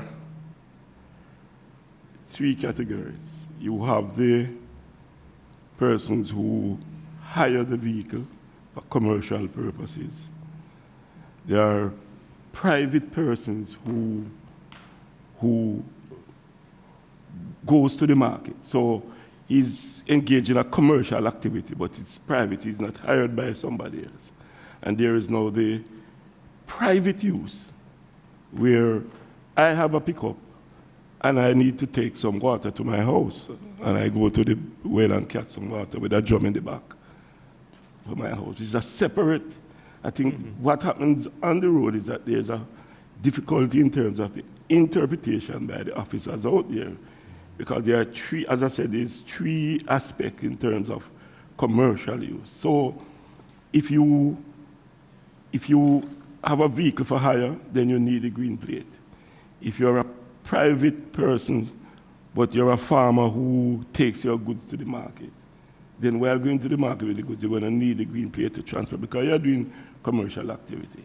But there's now the aspect of the private use, where I have a pickup and I need to go to the supermarket and I buy some scallion and tomato and goods and have it. And the police now have a difficulty in terms of making the distinction. I think that is what I pick up in terms of my own experience out there on the road. So you could look at it from that perspective. Certainly we can and give further guidance to our members to be more specific about what is what. Right. Although I recall one case, it was with a public passenger vehicle where I was called because somebody got stopped.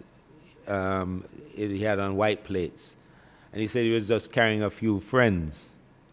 That's what was told to me. So I called and the officer, because whenever I hear these things, I always like to hear the other side of the story. So when we got to the bottom of it, he had already transported 3 or 4 loads of friends from the bus terminus to where they're going. So he was going back and forth with more and more friends that happened to be waiting at the bus stop. So sometimes when you look at it, it actually isn't quite that. But I take your point, and it's something that we have actually raised with our own members. People's private thing is private. You know, the law was not designed, the commercial place is not designed for that. So it's I say it's how, and part of the training that we like to give our members is, you know, you can't police by force only. I mean, that would not work, because it's your people, your population, and ideally the same person you're exercising force against is the person who's going to help you tomorrow. And it was, I'll just say, Chair and members, that was a particularly challenging thing for us during COVID, because we were enforcing against people we would never normally enforce against, things that are normal. So we're enforcing against you burying the dead, getting married, meeting with your family, all of these things we're enforcing against. And it was a period, although that is the challenge it created, it gave our members cause to rethink and do things a bit differently in terms of what's the extent of discretion, because those issues understandably would come up under those circumstances. So it meant that in our training, then we have to increase at least beyond teaching people the law and the regulations, it's to teach people how to be peace officers as well as law enforcers. I think that is, as we work through that process, I suspect, and we get closer to communities, I suspect it will get better. As I say, we need to be closer to the community than the gunman. That is the problem. Those guys are the problem. Yeah. Member Williams. Yeah, I just have a question that I would refer to the office of to the public defender and their team. Just wanted to ascertain whether this issue of the legal authority to disclose information on detainees, if that matter has been, well, I know the commissioner has given his assurance that, you know, the information and data, he's committed to providing it, but just to clarify whether that issue has been settled as between the public defender and the JCF, if there has been if we have arrived at some agreement as to how we operate in terms of disclosure, or is there any legal impediment that needs to be addressed?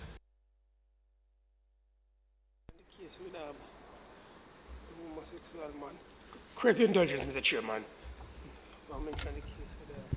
Can I just say, in terms of what? Okay. All right. I'm getting at commission. I know you have given an assurance, but the extent of my assurance has to be within what the law provides for. Yes. And that's why because there was some correspondence between attorneys. So right. You know, I was wondering if it's a situation that in the future, if it's an issue that could be settled, you know, the question, especially on a legal opinion, for example, from the Attorney General's Department, so that we know this is how the relationship between the Office of the Public Defender and the JCF, you know, these are the parameters and the boundaries within which they can operate, so that everybody knows their responsibilities. So we don't have something like this arising in the future. From where we sit, we do have the jurisdiction to receive this sort of information. And in fact, we actually do have some powers under the Office of the Public Defender Interim Act through the use of summonses, etc., to demand this kind of information. However, in terms of the question that you just asked, we have not, or I have not seen any documentation which suggests that there may have been a resolution of the issue between the two parties that were communicating on paper. But as it stands, from where we sit and within the context of law, we are entitled to access this kind of information. I do believe, though, that after today, we can anticipate that going forward, we would have a much smoother ride with the intervention of the Commissioner of Police. If you wanted to intervene here. Right, no, it's just saying that, you know, I see the opinion and they were raising particular things in law. I'm not a lawyer on this, but but beyond that, we're also a transparent organization. So unless, if the law prohibits, then obviously I'm not going to go against what the law says. That's where I was going, right. You know, if we, that's why I asked the question whether there has been any further, right. You know, if there has been a resolution as between the parties, you know. I could sense probably an opinion from the Attorney General could lay the question to rest, you know. Right. From your perspective, as, you know, Counsel Casey, Mrs. Cameron is probably fortified in her position based on, you know, what she just pointed out. I find that a number of the, I believe we have a new public defender. We should have a meeting. We can have that. And I believe that out of it we can resolve all of this.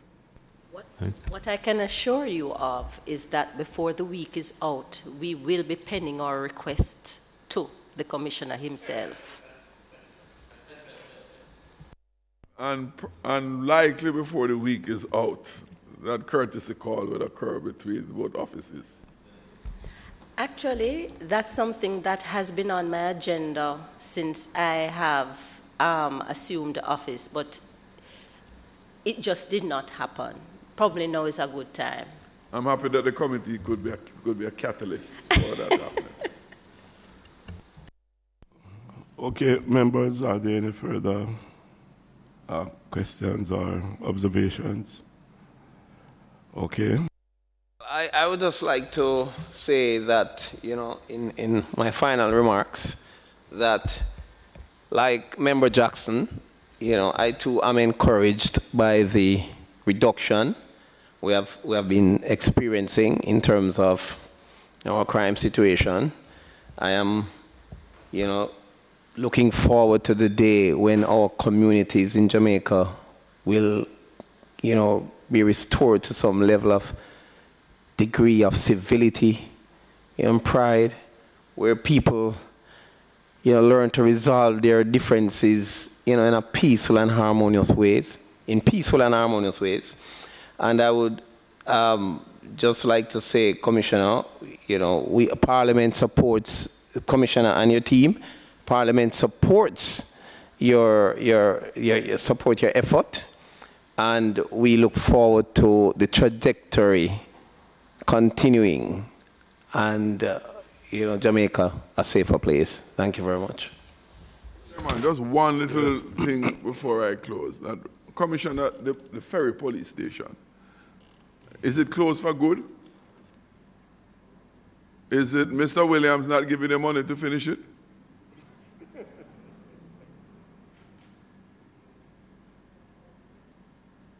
It's in progress. No, it is not closed. Any for timeline? good. No, I'm seriously why I raise about it.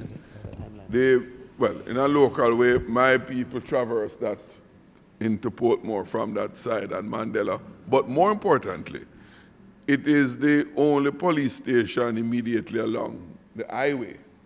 If you're coming from the east-west and the north-south, that police station is right on the highway.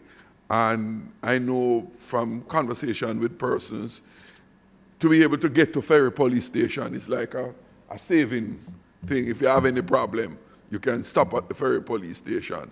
So it is very, very useful for that purpose. So when I saw it, I've been watching it every day to see if any work is being done. The door and windows were open for a while, and I see they board it up now, and no work is taking place. But I'm monitoring it on a daily basis.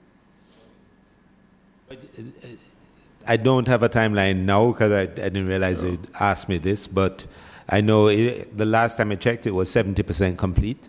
But you know how it is. The last part, the finishing of a building is what takes. To be honest with you, I'm going to stop by and look. But from my viewpoint, that 17% seems 17? 70? Yes. Boy, that 70 look far. Well, okay, I mean. But I won't charge you a monitoring fee, but I will stop and check on it.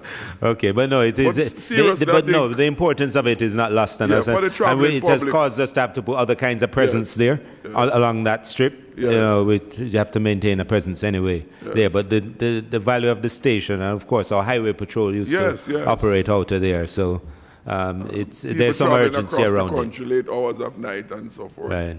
There's some urgency there. Right.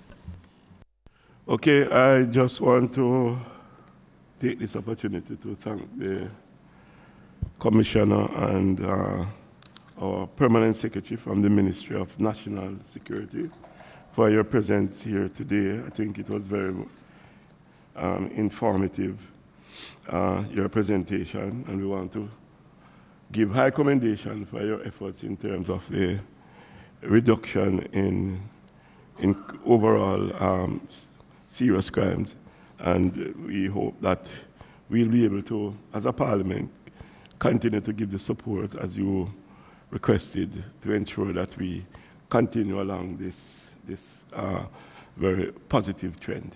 So I want to thank you again for coming, and we look forward to the continued working together. Before you strike the gavel to close, just remind the Permanent Secretary that he promised this House through another committee that by the end of the first quarter of this year, you'll give an update on the used car situation in terms of what you have collected and what is outstanding. I won't ask you for the answer now, PS, but I'm using the opportunity to remind you that you have that response outstanding. I also want to thank the Office of the Public Defender for your contribution here today, and we look forward to greater communication in relation to your efforts with the Ministry of National Security. So I want to thank also the members for your participation. And just to say to you that you are free to leave at this time.